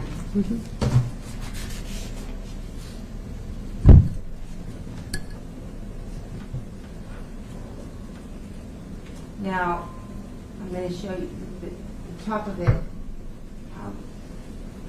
Who is this assigned to?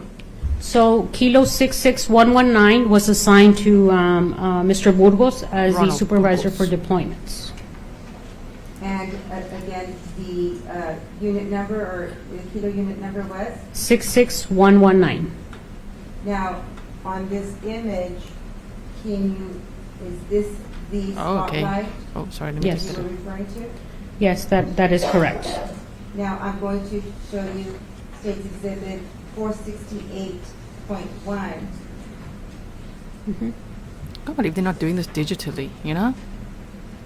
It's like all flapping papers, but anyway, it's okay. And this was a unit, I'm going to move this down. So Yes. This unit was also assigned during the 64 o'clock shift, Yes, that is correct. and it was assigned to who? It was assigned to, actually, that vehicle had 2 agents. It was Border Patrol Agent Eric Mendoza and Border Patrol Agent Rogelio Sierra. And again, this reason this was identified by you is because this also was the only other unit that had the spotlight. That is correct.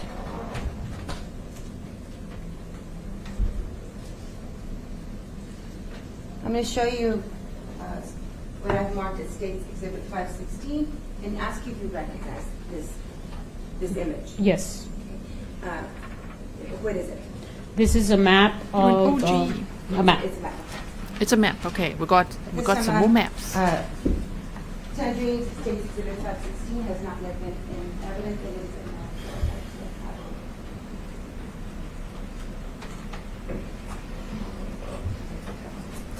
Yeah, Teely says, I'm State's still stuck on yesterday's. What's your name? Ronald Burgos-Aviles. When he goes by Anthony, boom. Now I'm showing you States 516, and I want you to tell the ladies and gentlemen of the jury where this kilo unit, which was what was the number for this unit? Can I see the schedule once more? I apologize. Okay. Okay, so that kilo unit with that same distinct feature was Kilo 66116, and the assignment for those 2 agents was Mesa Ranch Road to Highway 255. Okay. Now I'm going to show you States 516. What is this area that you designated or was designated in this map? That is Mesa Ranch Road. And is that the same area that Agent Mendoza and Agent Sierra Yes. were assigned?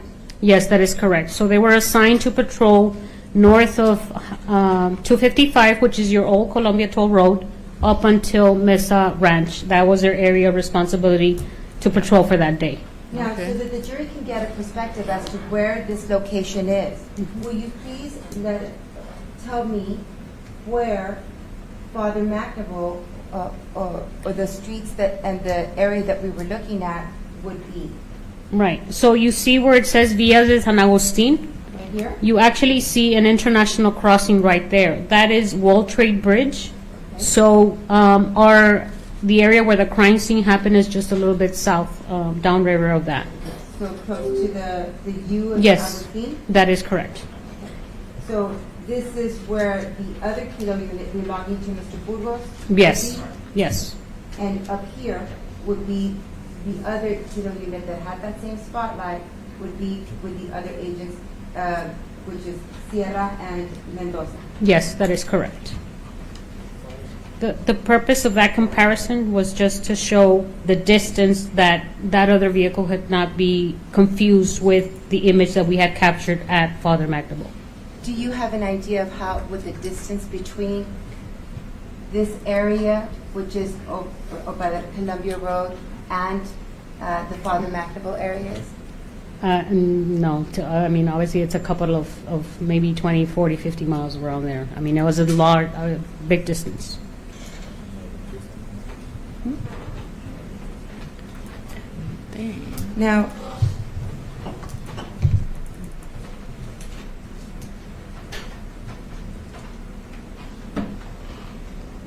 Now, were you able to, as part of your investigation, were you able to determine what time Mr. Burgos arrived, or Agent Burgos arrived to the North Sector? Yes, I did. How, did you obtain the video footage? Yes, I did. This was even before Chris Watts, you guys. This was April 9th, 2018. Have you reviewed the footage? Yes, I have. Your Honor, at this time, State would like to publish State's Exhibit 61 that's already in evidence. And within this,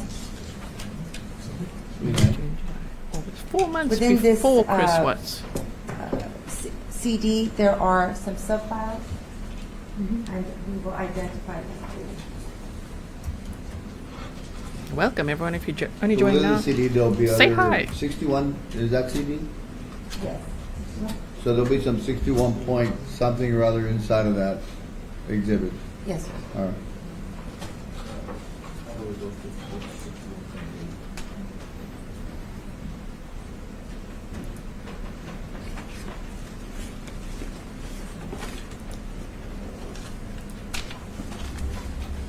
Now, when you reviewed this footage, where are the cameras located at the North Sector?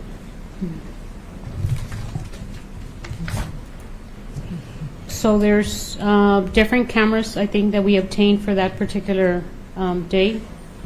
Now, for purposes of the proceeding or for the trial, they are named as the exhibit number, and so I believe it's going to be, for the entrance, it's 6 point. What about That's 6.3. This one's 6.3. Now, this is, let's start with the entrance. Northwest corner is the name of the... Are you seeing videos or what?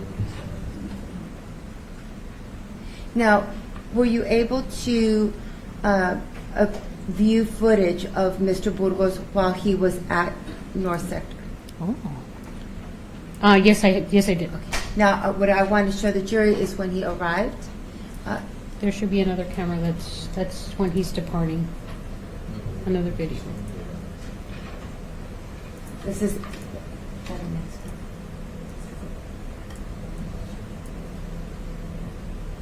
Hilarious, your wish is their command. It's video time. 61 what? 61 point.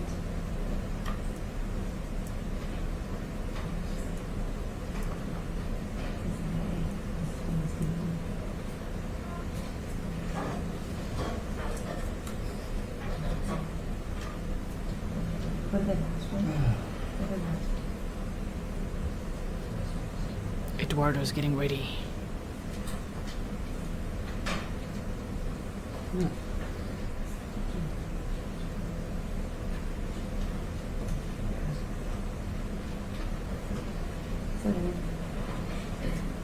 I just need to let it roll.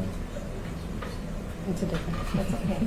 So you did see video footage of him arriving. Yes, yes. So it's going to be the same view as that one, but his recorded time frame was at 5:50 in the morning.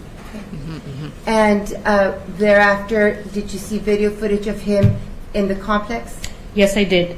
He was later picked up by the CrossFit camera at 5:53:40, where he actually parked his personal vehicle, which is a white pickup truck.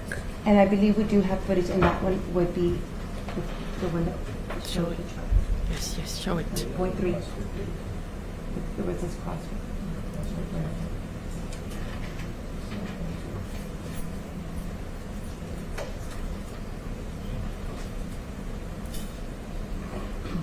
Just whenever you play something, make sure you say for the record what you're playing.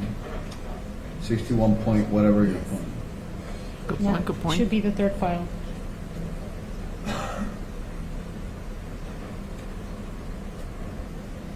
Now, this is the exact same file as it was previously, except this does not have the time. Right. Correct? Yeah, this view actually records another activity that we see when we're trying to figure out where he's at while he's still at Laredo North. So I don't know if you want me to address what we're seeing right there? Yes, please. Yes, please. Okay, so right there, you're actually seeing the kilo unit driven by Supervisor Burgos backing up to where his personal vehicle ended up being, or where he parked his vehicle at 5:53 in the morning. So he was So back and forth. his kilo unit is parked behind this. There's a black truck that's in the view right there. Is it next to that black truck? Yes, yes. Next to it is Supervisor Burgos' pickup truck. What White. color is his personal truck? It's a white pickup truck.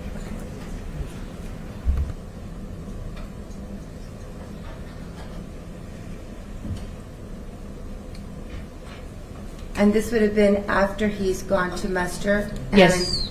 and received his assigned unit that day. That is correct.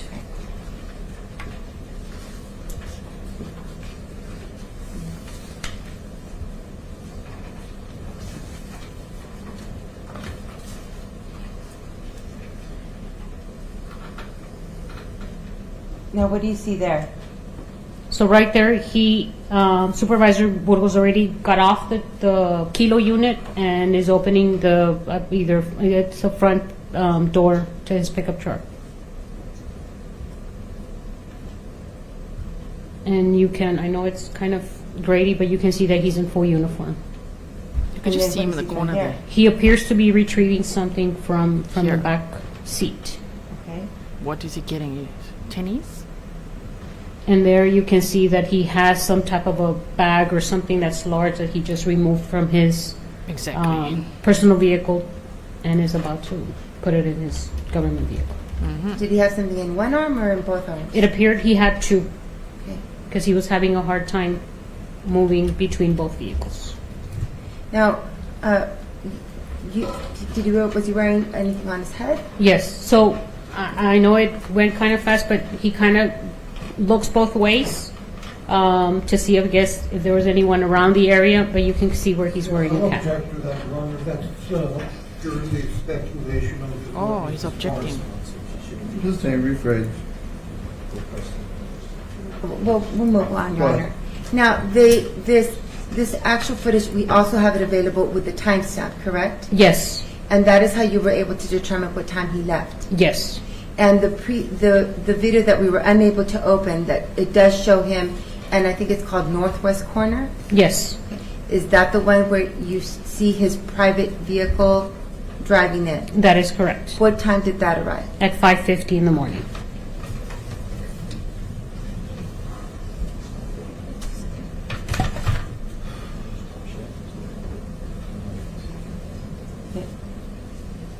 I think that's good. That's good. Now, we have, when you gave the property receipts to LPD Investigator Raimundo Garcia, on one of the property receipts, how many radios were given to Investigator Garcia? So it was a total of 2 radios that were transferred, that I transferred custody from the government to the Laredo Police Department, which was the unit, the radio unit that was attached to his vehicle or installed in his Kilo 6619119 vehicle, and a portable handheld radio.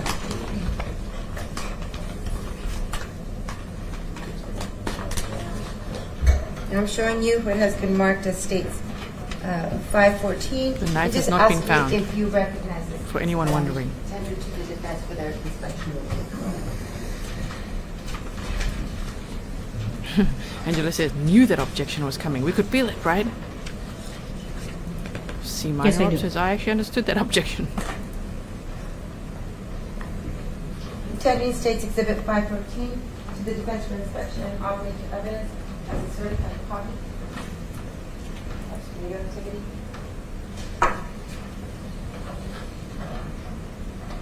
This guy's shaking his head. He's just like, mm-mm. What is it, sir? He's still thinking of the morning. Cell phone towers. Jules Waddy. Thank you so much.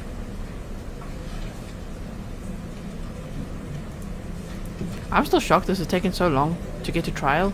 This happened 4 months before the Watts family murders. Wow.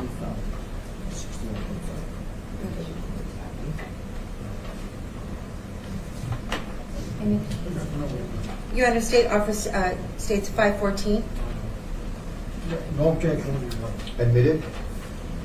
And before I published this certified copy order, we were able to find its states exhibit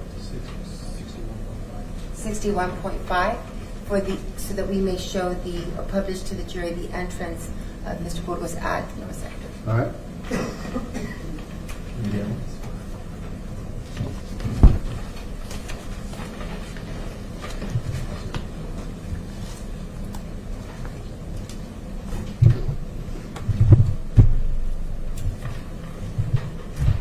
Oh yes, okay.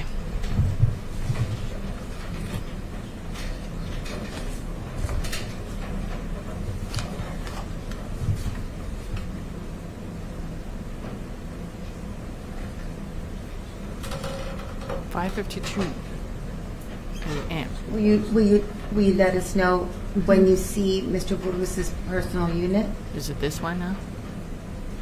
That is his vehicle. Actually, he's going in, taking advantage of him not having to swipe in because the other vehicle Did you see already that? opened the gate. Yes, indeed. And what was the time of that? 5:53. Oh, you didn't have to swipe in then. Was Oh, my there word. any surveillance or activity with Mr. Burgos after he left so in the earlier video that we saw, which was of his Kilo unit behind his personal unit, what time did he depart from that area? It was at, if I'm not mistaken, 7:59, around there. Was it shortly after he was seen at the CrossFit area?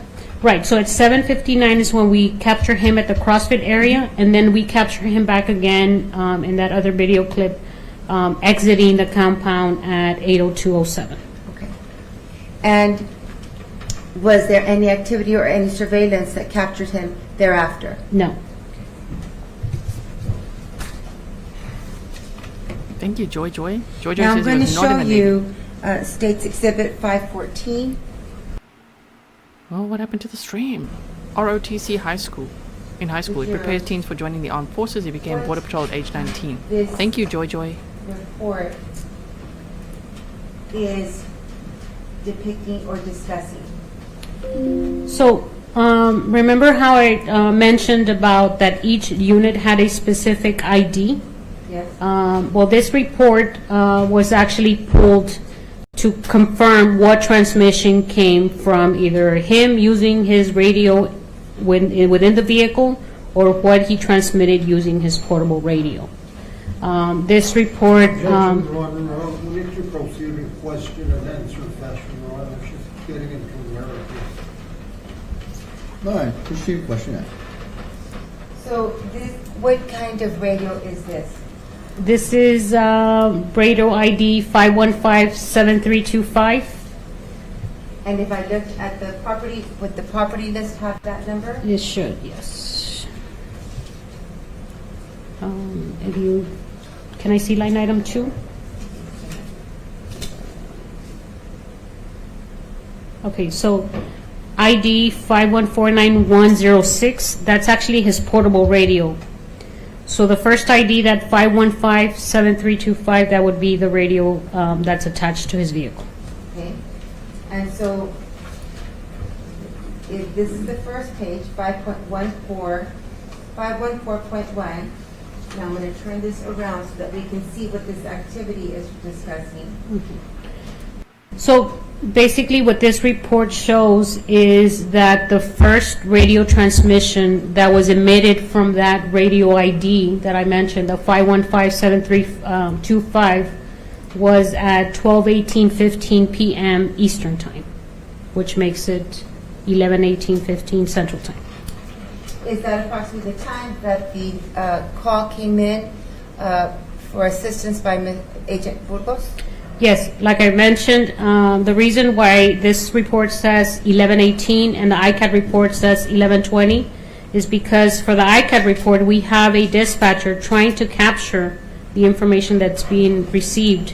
So that's probably maybe the 2-minute difference, but this is a more accurate report to indicate when actually the call was made. So this report is capturing or documenting the time that the transmissions are made? Yes. Now I'm going to show you, let me see if I can put them one right after the other. This is, behind it is 514.3. And they seem to be, you mentioned that this said 12:18. Right. 15. And the first one up here on Exhibit 514.3 says, what time? It's 12:18:23.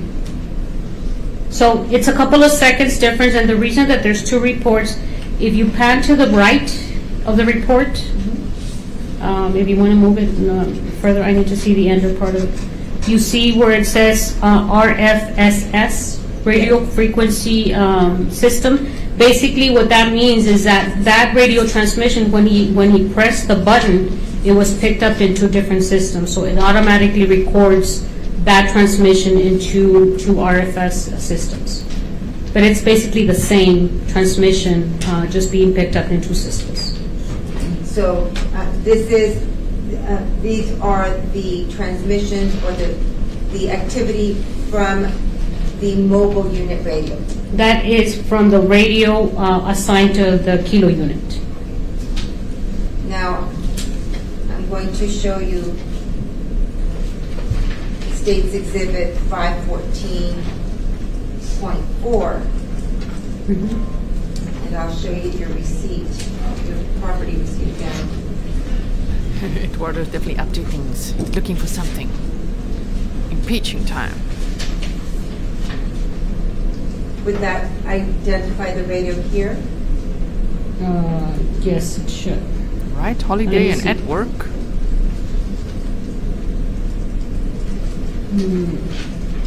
That ID is probably that's a different ID. I know I put ID on the thing, but that 5154867, that is his handheld radio, and I more than likely have a serial number for that to confirm it. On the serial number? Yeah. Thank you, Joanne. Radios.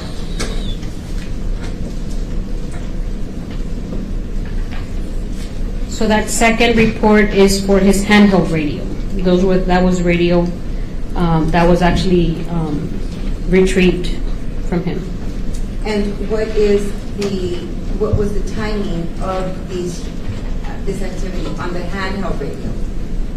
So the handheld radio shows that his first transmission emitted from his radio was at 12:29:50 p.m. Eastern Time, which makes it 11:29 with 50 seconds Central Time. And again, there's an Exhibit 514 and what is that? And that is the same thing. Obviously, the transmissions being picked up in the two different RFS systems that CBP has. Now, you requested these reports and to include Mr. Burgos's radio transmissions? Yes. Were these all the transmissions that he had that day? Yes.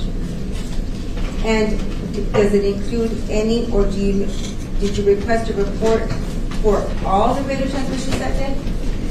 I did, but this specific report was requested to determine what radio device he used and how many transmissions actually he made for that day. And that was a result of that request. Now, let me ask you, if an agent, or if there's a radio transmission on the, if they contact, is it 940 Communications, is that heard by all the agents that are on shift that day? That is correct. So, if any of these transmissions were heard by all agents? Yes. So, for example, if an agent, say Dennison, heard a transmission, all of them should have heard it? That is correct.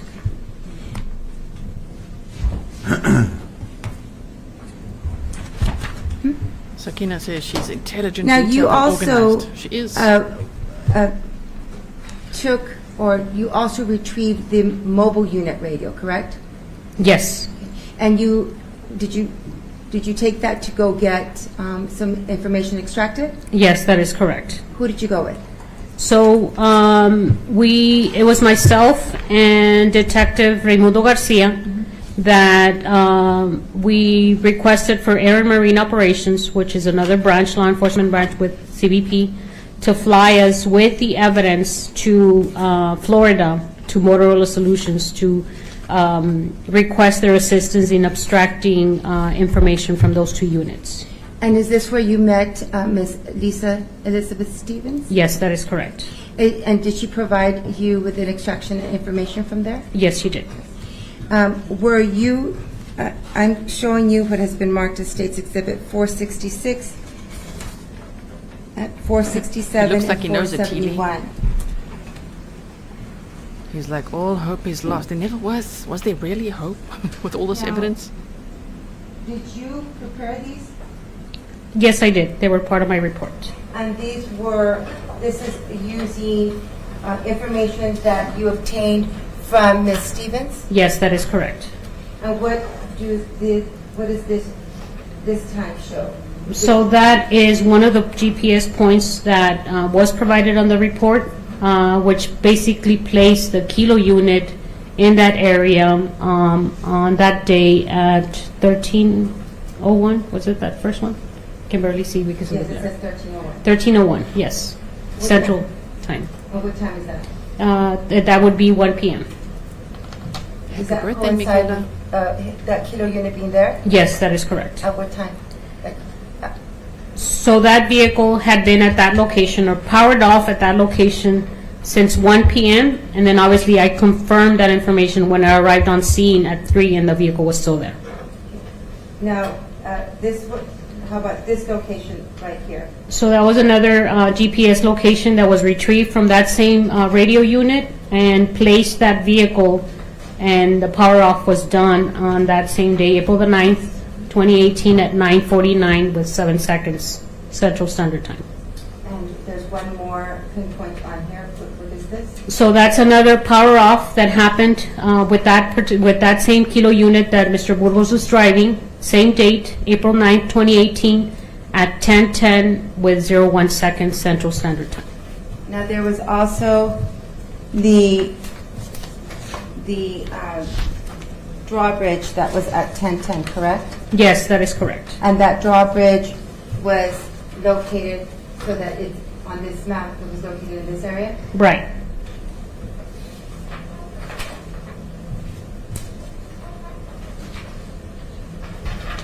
And I'm going to show you on stage 467. So, Is this what you're indicating here? yes, that is correct. So my investigation determined that we had another source of information that was placing that same unit in that area at 10:10 with 10 seconds. Now, I'm going to show you State's Exhibit 471. Did you also prepare this? Yes, that was part of my report. Now, this GPS location you also retrieved it from Ms. Stevens? Yes, that's correct. What time was this at? That was at 7:59:07. And where is this pinpoint showing? That is at the CrossFit area where we reviewed the video showing him backing up or getting closer to his personal vehicle So that at indicates, the Laredo North Station. so does that indicate that he in fact turned his unit off when he was behind by his personal unit? Yes, that's correct.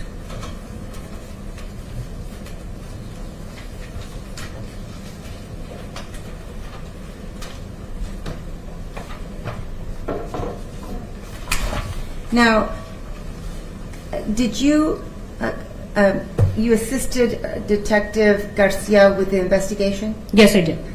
Did you receive any records belonging to Sprint records belonging to from Mr. Burgos' phone? Yes, I did. And did you provide any information to that? Yes.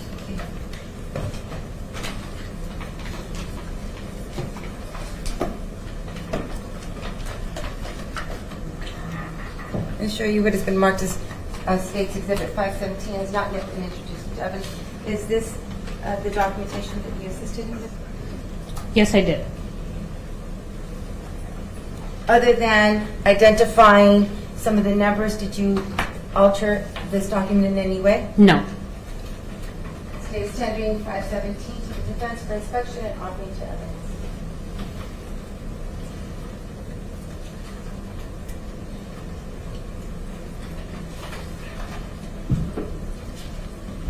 Eduardo's up to something with Mr. Boggs. No, Valerie, the identity that they showed us pictures, the little tags that each unit is marked with starts with a K. So because of the phonetic alphabet, they say kilo unit. Because all of them have K, like his one was the 11916 or whatever that number was. Was it 11916, I think? All of them have K and a number on the back, like bumper area.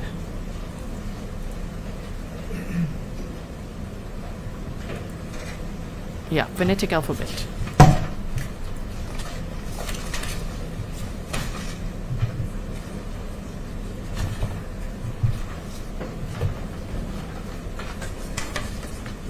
The defense is getting ready with something. They're definitely going to cross-examine this witness. Which they will, they should, but you could just see.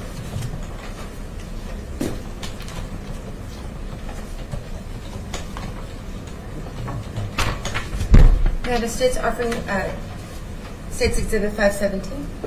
Nice, nice. Admitted. That was nice. Handing over what they were looking for, yes. Was there ever any search conducted on Mr. Burgos' work area at the Laredo North Sector? Yes, there was. Was it on that day? One was conducted on that day on April the 9th, yes, by Laredo Police Department. And one of our agents was actually present when the search was being conducted. And what was the search for in particular? So the primary focus of the search that day was to see if there was any knives or any footwear that could have made it back to the station. Did those searches yield any results? No. No, I did not. Did you additionally conduct I believe your report said an after-action report and search for a weapon? Right. So because at time of arrest, Mr. Burgos was not in possession of the uniform, or we did not have a weapon or anything to indicate that he had in his possession. We knew based on video footage that he had a large duffel bag that was not found. And what we did, we ended up soliciting the assistance of one of our Border Patrol elite teams. Question and answer, please. What was that you requested them to do? So basically, to search the river, we had a dive team to search to see if we could find the evidence that we needed or that we were looking for, but it yielded negative results. And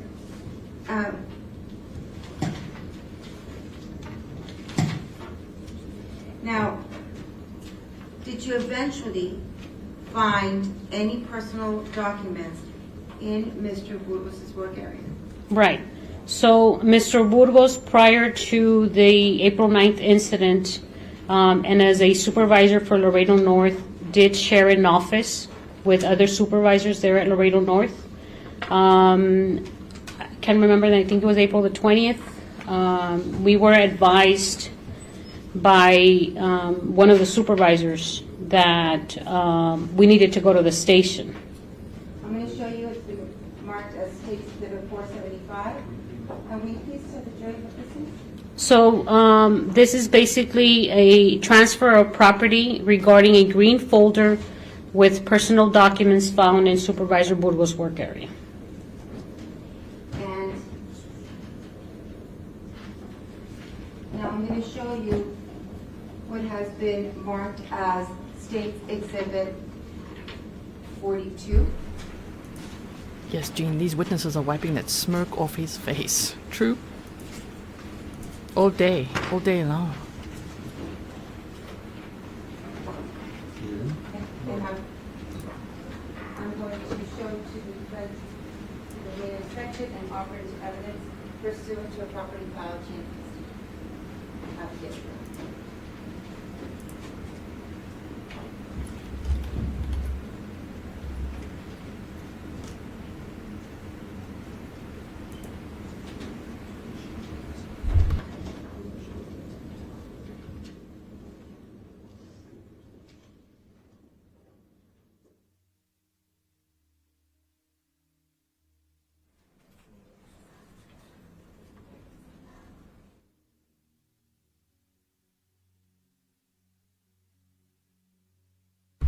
Where'd the sound go, everyone?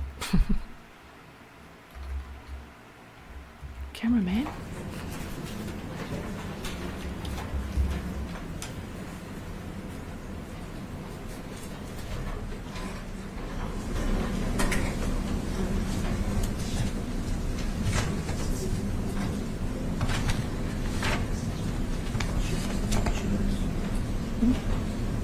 I'm just going to show them. I think this was planned out, especially based on the attempt on Dominic's life on March 25th, and then luring her to an isolated area. State Office Yep. Exhibit 42, State Exhibit 42, and its entire contents. No objection. Could I have 42? It's a folder, and it contains how many documents? I'm sure they're not numbered. Just want to make sure that we get that right when you start pulling documents out of there. I will. Let me see. Can I see something?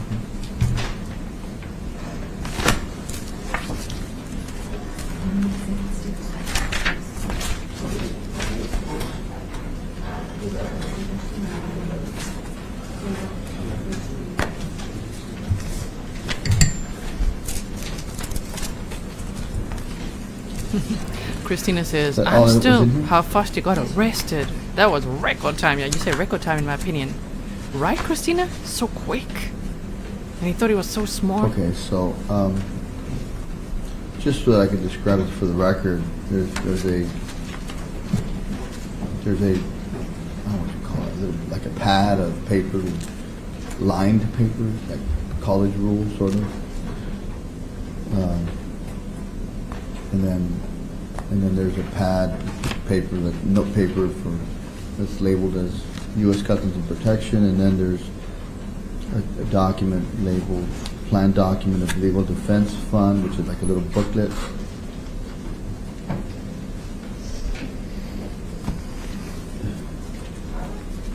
And then there's 3 envelopes, each one of them containing some sort of correspondence in there. one of the envelopes is blank with a document in it. Just want to make sure that the record reflects what's in it and what's supposed to be in it.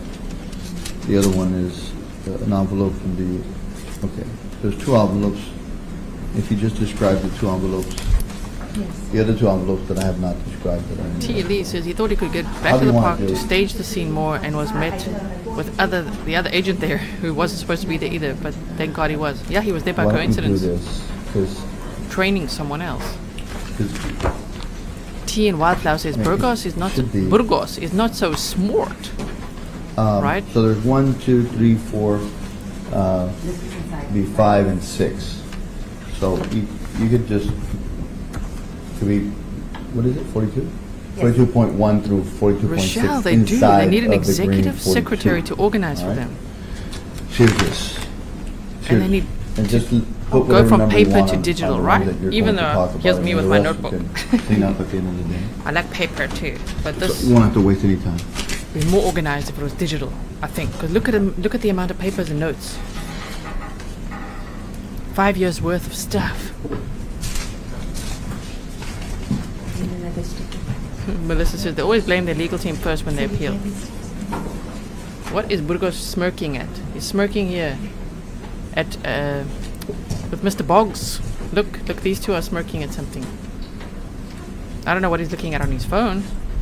Sir, are you watching Grizzly True I'm Crime? showing you what has been marked as 42.1.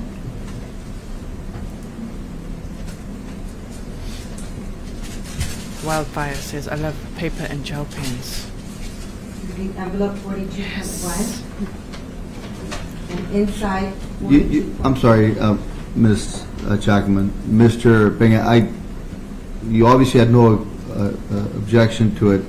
We sort of changed the way that it was labeled. You have any objection to that? No objection. No, thank you. Okay. what is this a document of?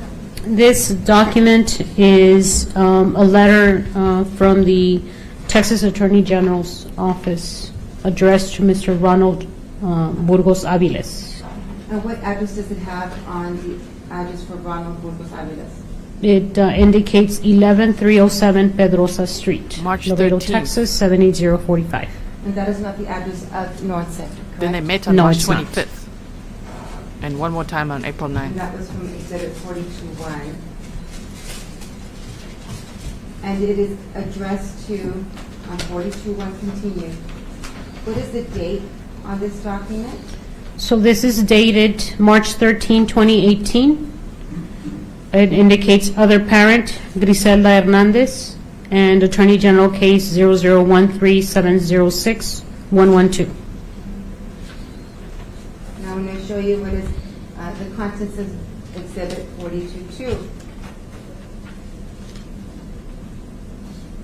And again, who is it addressed to?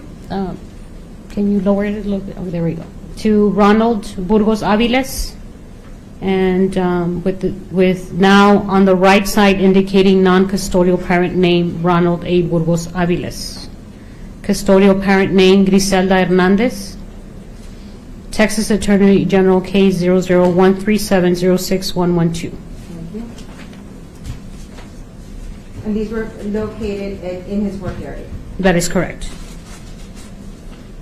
Now, as a Customs and Border Protection agent,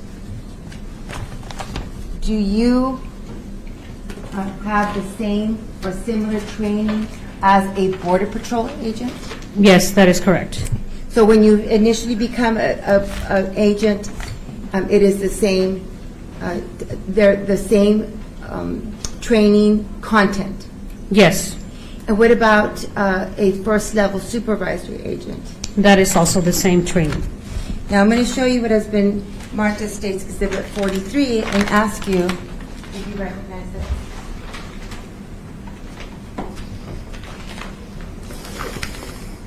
Yes, I do. Tendering State's Exhibit 43 to defense for review and offering into evidence.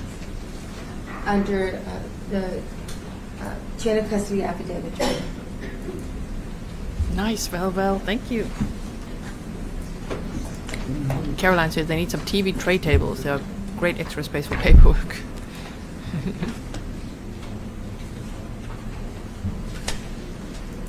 That's right. Dana says such a tragedy she was becoming a nurse so she could help others like her sister. Yes. And she was meeting him in a public place and even in the park that she knew well, where there were so many border patrol agents, police officers, in the area, so she felt safe. You handed in one. Your Honor, we had previously conferred, and it's State's Exhibit 515, and it's a certified copy of some documents from the training. 515? 515, and all Fury's the going for attachments with snacks. the property identified. No objection, Your Honor. 515 has. So 515,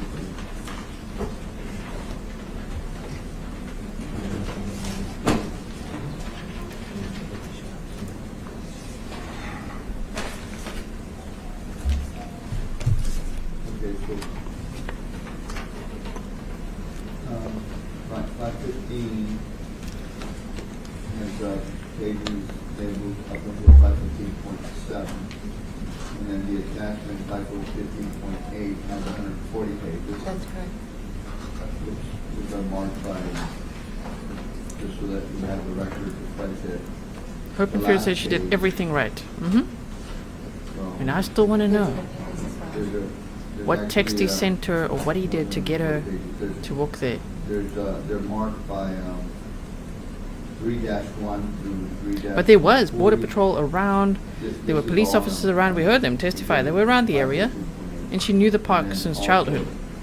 Included in 515.8 is something that they So yeah, he isolated her, especially in that little island area where they were found. There are no objections to it. And then, Life of Coop says, I don't know the victims. And then the child support info at work. Case closed already. which is, I'm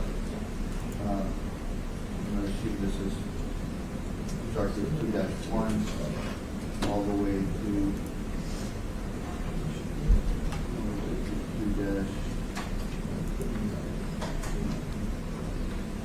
2-136. Unknown human.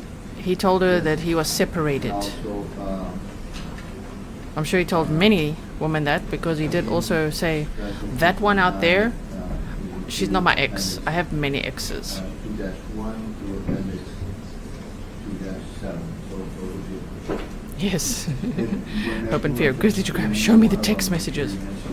Show me. I can't wait. plus the page number of the particular. They'll show us, right? Thank you, Your Honor. Anita says this witness knows her stuff and is excellent. She really is excellent. There's 515, and then 515.1 through 515.2. Adriana Escamilla. Really Yes. great witness. Escamilla, I'm going This is what I'm thinking. to ask you to please identify That's what the charmers for the do. jury, the State's Exhibit 515.1. Can you zoom? I just need to see the top. Okay, so this is basically a training history report for Mr. Ronald Burgos. And when you mentioned earlier that you would be familiar with the similar training programs, correct? That is correct. Now, would you please explain, so this includes all the certifications or all the courses he has taken? Yes, that's correct. Now, for the record, it's going to be, starts with 515.1, continues to 515.2, 515.3, and 515.4. Now, of interest today, I'd like to ask, are Customs and Border Patrol agents or agents that work with CBP, are they trained in the areas of Miranda's? Yes. Miranda rights. Okay. What can you explain in which program or which course that would be? So CBP has a broad authority, sources of authority that grants our agents and our officers to be able to execute their duties. We get them from the U.S. Constitution, from Congress, and obviously from our own agency regulations. The reason why CBP spends so much training and ensuring that both Border Patrol and CBP officers are trained in their duties is basically for that reason, because we need to differentiate when we're doing an administrative encounter, administrative arrest based on DHS or CBP policies, or we're actually detaining someone to arrest them for a criminal matter. So the training having to do with Fourth Amendment and Fifth Amendment rights is something that is enforced not only in our academy, throughout training, where there's going to be a training via computer, or more so as a supervisor, because now as a supervisor, I'm responsible for my agents. Now, This is going well beyond the scope of the question. That answer was too long. Said Eduardo. Jean, you in probably that said I'm on course duty. or in I can't be this seen visiting or training, something. Probably, yeah. And I believe you said it was the post. What is the name of the course that So that particular training, Miranda, would be done at the academy, where it says U.S. Border Patrol, the second line item.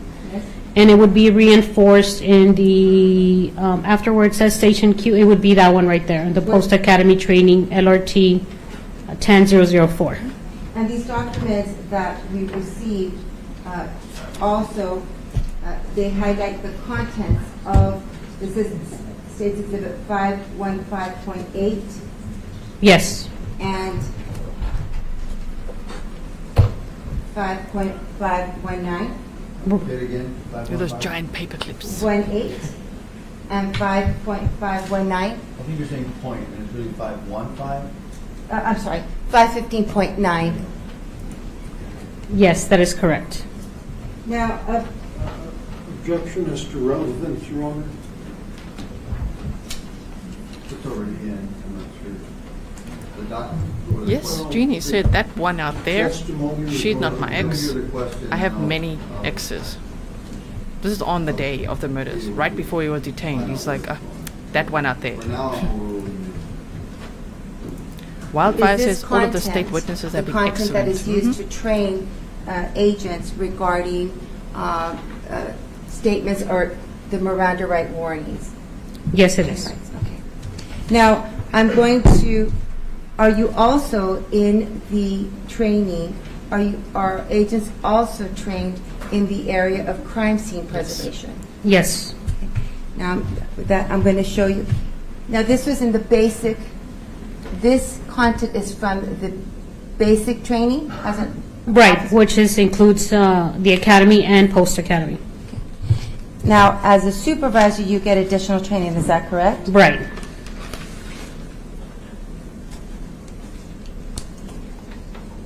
And this is State's Exhibit 43. In this training, it's additional training from the basic. Correct. Do you know when Mr. Burgos took this training? I would need to see his training record. So he would have to be a 2017 date after his promotion to first line supervisor. Let me hand this over to you to see if you can find this. Mayor Coachella? Yes, Rongo. We know that they met online. We don't know which app or how, but they've said online.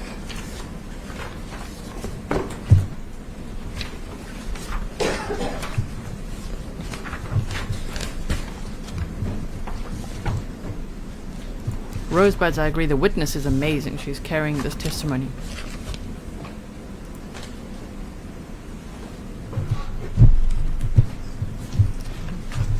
Fury, do you want to be the star of this whole trial? Did you find it? Yes. That's it. We like trial time.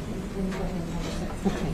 So it's going to be right here. Go ahead and whatever question you respond to the mic so that we can hear you on the record. Let me publish this and ask if you can identify it for me. Yes, so the supervisory leadership training is done in 2 phases. It's actually done in person, and that's going to be that SLT 1801, supervisory leadership training, October the 3rd, 2017 to October the 20th, 2017. And then it's followed up with additional online trainings, but it all encompasses the same thing. Okay. Now, Thank you, Kathleen R. Oh my goodness. in this training, would this be the accompanying participant guide? Yes, And you mentioned that there are trainings for preservation. that is correct. Now, before I go there, there's a section in States Exhibit 43 that's called critical incidents. What is considered a critical incident? You're So, right, Kelly. a critical incident per CBP's definition is basically anything having to do with a shooting, something that's resulting in a death or a severe injury to a person while in our custody or while we're on duty. And so supervisors are particularly trained for this type of event. That is correct. Now, I'm referring to States Exhibit 43. Thank you for a baby's mom. It's tab 7, page 4.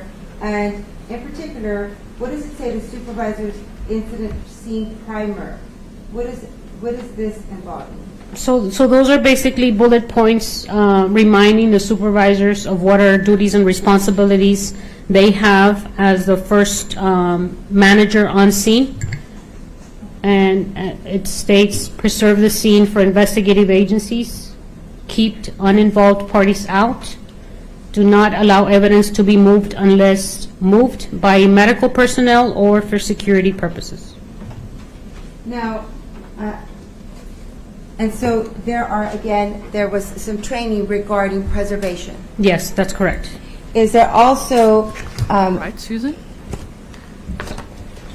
training on seizing property from any of the scenes that they may encounter? Yes, that is correct. And just from this page, on page 1, which is tab 8, will you read what the objectives of the seizing property for an agent, for a supervisor agent would be? So that the first one is to recognize seized property as contraband, evidence, or forfeitable property, handle seized property in accordance with CBP policy, review the seized asset management and enforcement procedures handbook.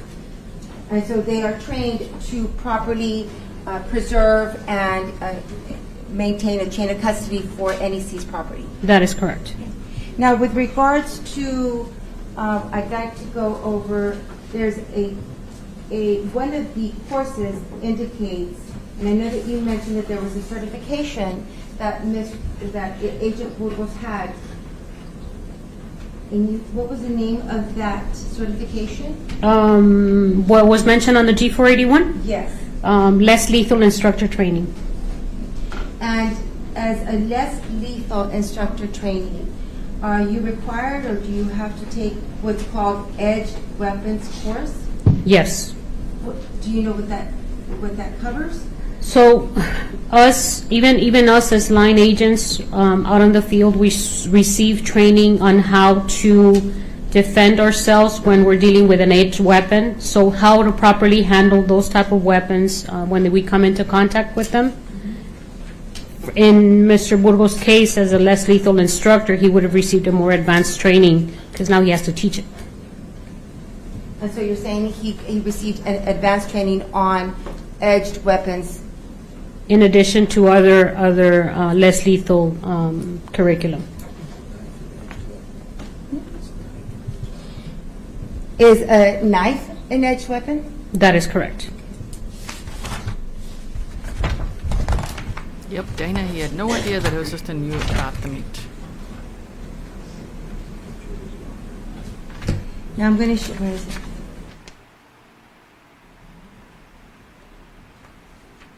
What's happening now?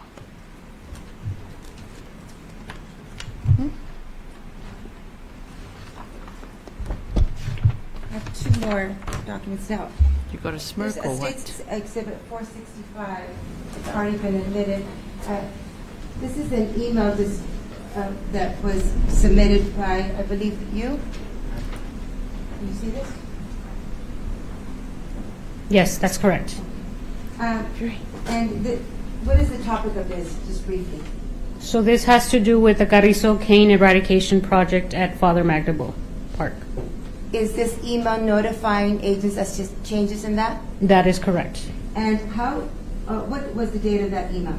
That was dated March 5th, 2018, and it was sent at 11:32 a.m. By who? by Mr. Michael Sauceda Jr. He was the deputy patrol agent in charge at the time. Oh, yeah. The And how is it that you know Carrizo Lane. that a supervisor or particularly Agent Burgos received this email? So in the different distribution list is specifically indicating who that email was sent to. In the very first top line, you can see that it says LRA Unit B, and that correlates back to the G481 indicating that Mr. Burgos was part of Unit B. Yes. In this section, Group B unit? So you would Yes. have known the sensors were going to be removed in that area. On For State's Exhibit a week or two. 399, is this, what is this a photograph of? I believe that was his locker there at the gym. At the gym, okay. Now, well, that's Where was this interesting. locker What you got in there? located? That was in the gym area. But where is? Oh, at Laredo North Station. I'm sorry.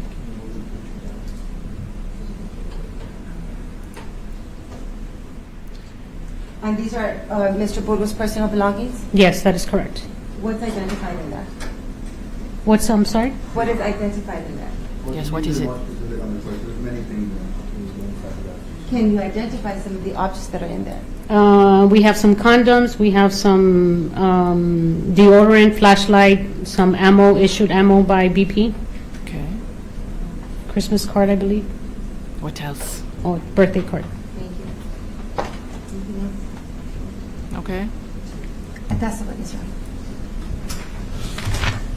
I thought there would be Mr. steroids or something. Can you approach real quick? They're going to be discussing the time. Can you approach? Oh, He's like, can I proceed? No, no. Time to approach. Sure. And Jessica K says, what is he grinning about? Let's quickly look, Texas time. 6 p.m. Okay. Maybe the judge is like, how long would you like to go on? Because 6 p.m. Well, they only started at, I don't know what time it was. 1 p.m. Cut off 2 for the p.m.. day. There you I go. know that we had you all coming back and forth, See? but it's 6 o'clock, and we Yeah. need to give you the rest of the evenings. That's right. And I guess I need to give some of these fine folks here the rest of the evening as well. So, and we're not going anywhere. It's not like we're finishing right now or anything. So we'll be back tomorrow.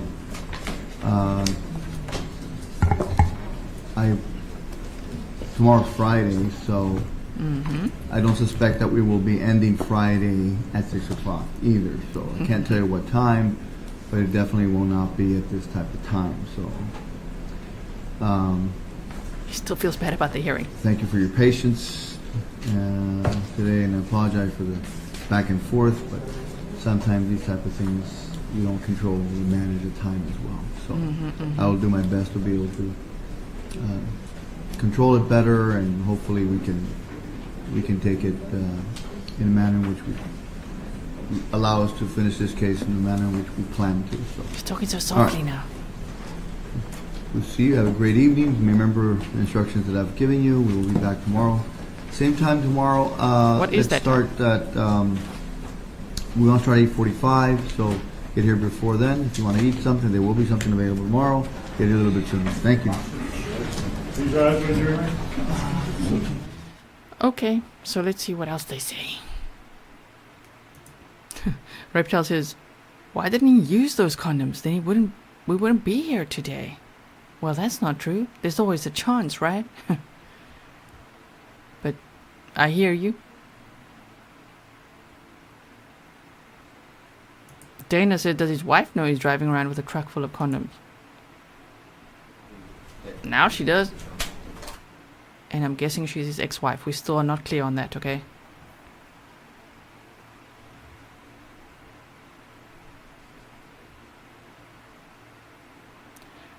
Becky G says, no one needs condoms with their wife. He didn't use one with Grizelda. He was flinging leg everywhere.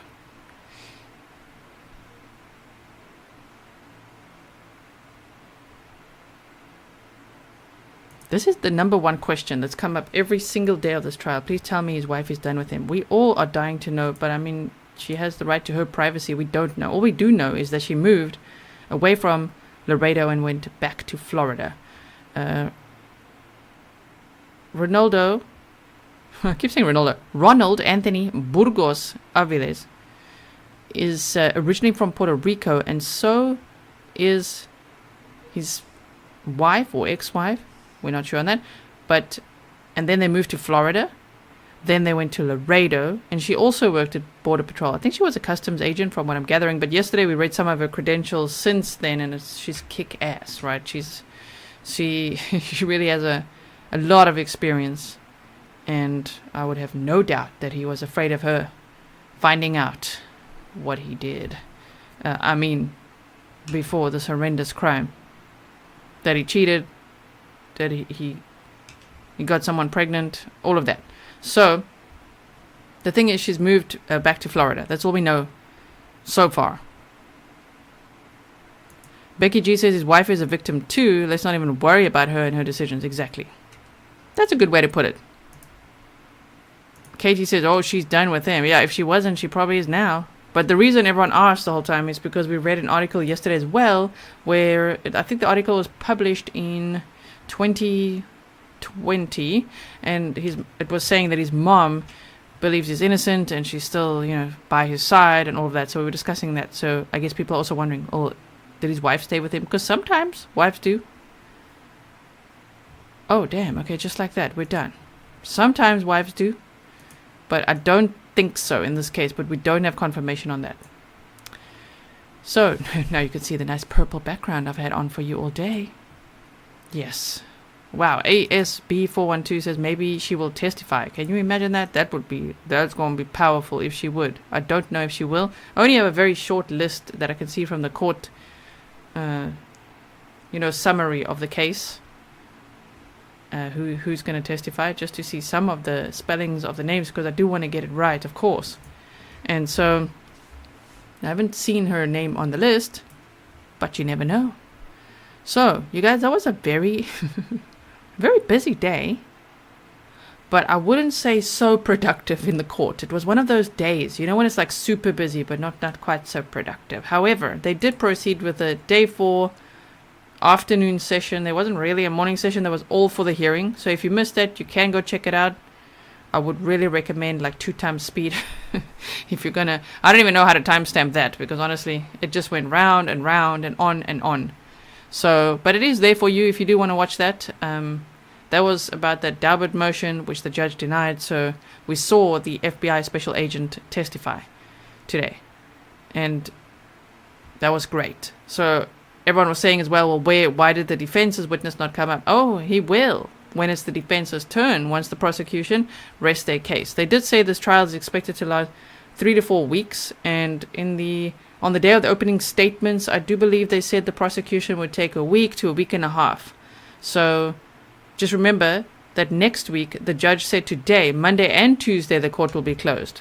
Yesterday, based on the press release, it was only supposed to be Tuesday, the 4th of July, that was going to be off.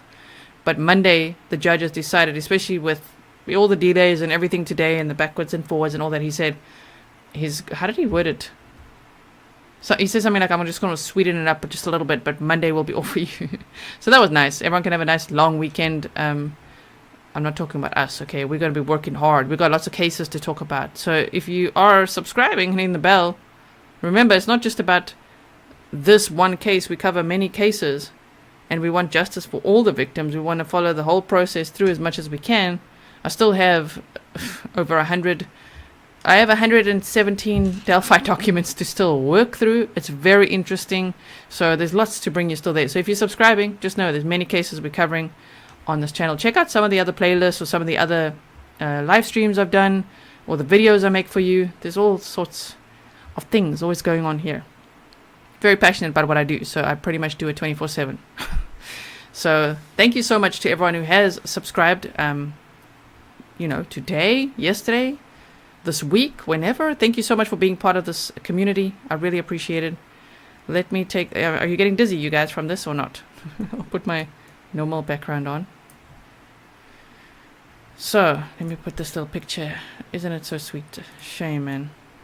Look at him in his little Ninja Turtle outfit. Yes.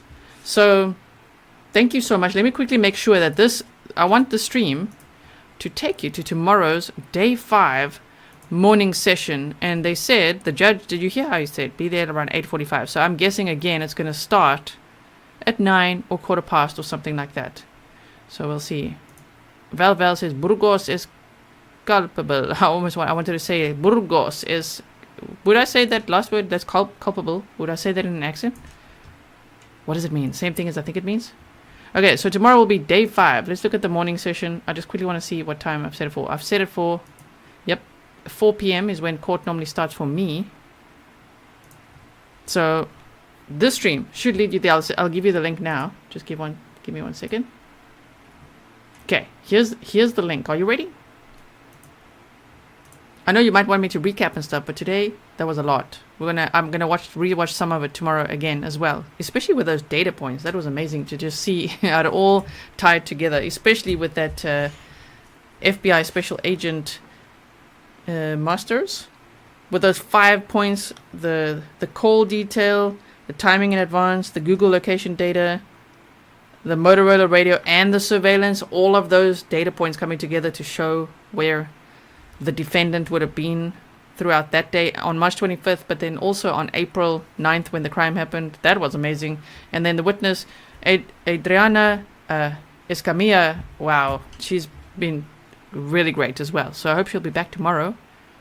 They didn't release her now because tomorrow I think it will be cross-examination, right? Yeah, culpable is guilty. I'm just checking if it's the same if it was meant to be said, with the accent at all. Okay, so here we go. Here's the link for tomorrow. This is for the morning, okay? I'm going to say tomorrow here, and then the stream should also lead you there. So here it comes. I know the chat is quite fast. Thank you so much for spending this time with me.